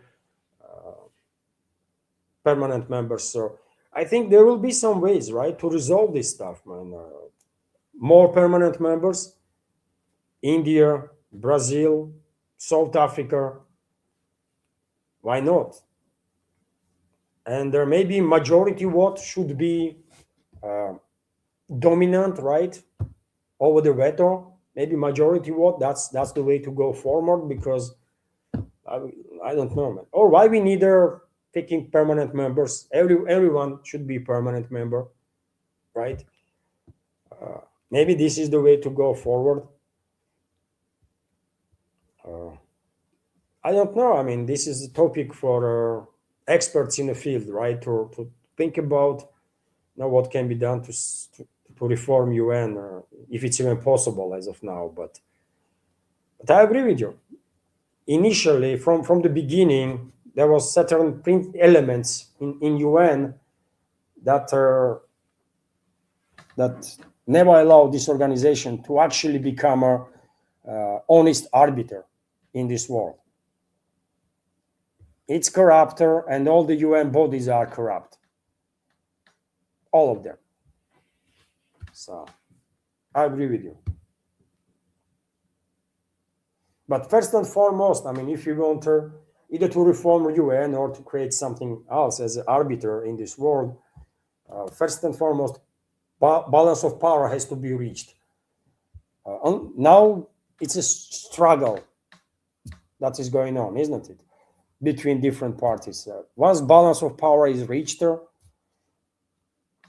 then maybe things will move towards either reforms in regards to these international organizations or something else to be created. But until we reach that point,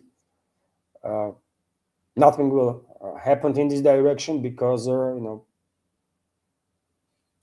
will be no incentive. There is no incentive, right, for now. And that's why I'm saying maybe nuclear standoff will force humanity, these world elites, right, to calm down a bit, right, and realize that they just went too far, and their talk is needed, and honest talk, right, real talk. That will be, and agreements that will be actually honored by all sides.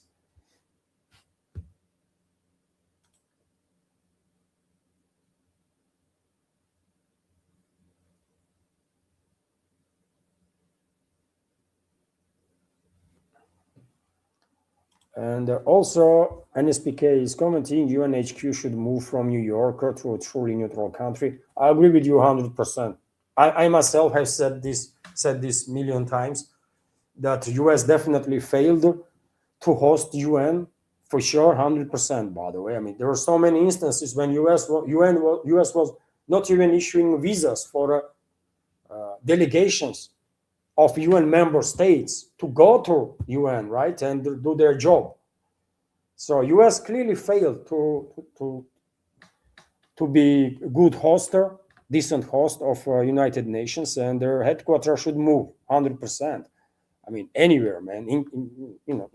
In China, I don't care really. In China, in Russia, I mean, you have point truly neutral. So which country is truly neutral then? Let's find one, right?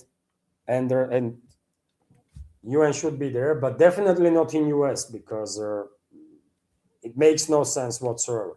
Even Russian delegations, by the way, permanent member. Russia is a permanent member of the Security Council, and even Russian delegations on many occasions had issues with the visas, which is crazy, isn't it? So if US is doing this to permanent member, then you can imagine what they do to less influential members of the UN. So you headquarters should be moved from New York for sure. I mean, if Switzerland was actually neutral, I would say, in Switzerland, for example, but Switzerland is barely can be called there. I mean, hardly can be called the neutral. I don't know. But we can find the country, let's move it in, I don't know. Anywhere, man. Anywhere will be better than in New York. So I agree with you, 100%. And dear friends,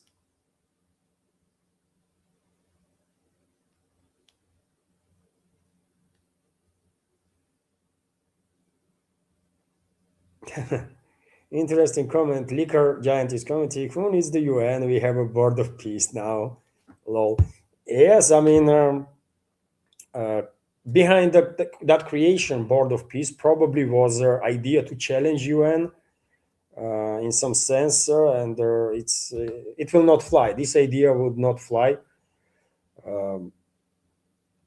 Moscow, I guess, already made it clear that this idea would not fly.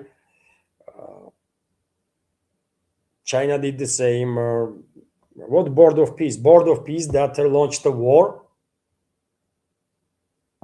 almost like immediately after being created. What the hell, right? It's a nonsense. UN is a ineffective for sure, but board of peace is a pure joke, man. It's a pure joke, isn't it? So it's better to actually reform UN or to create something better, more effective. But yet again, in any case, first we have to reach balance of power. Only then something can be done. And Viper, once again, thank you very much for, I believe, 2 more gifts of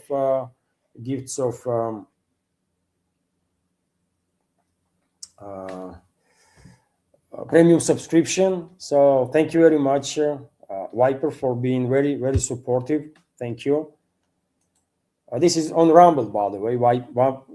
At this point, I guess all members of our community on YouTube and Rumble know about Viper. Viper is an active member on Rumble. NSPK also active member on Rumble.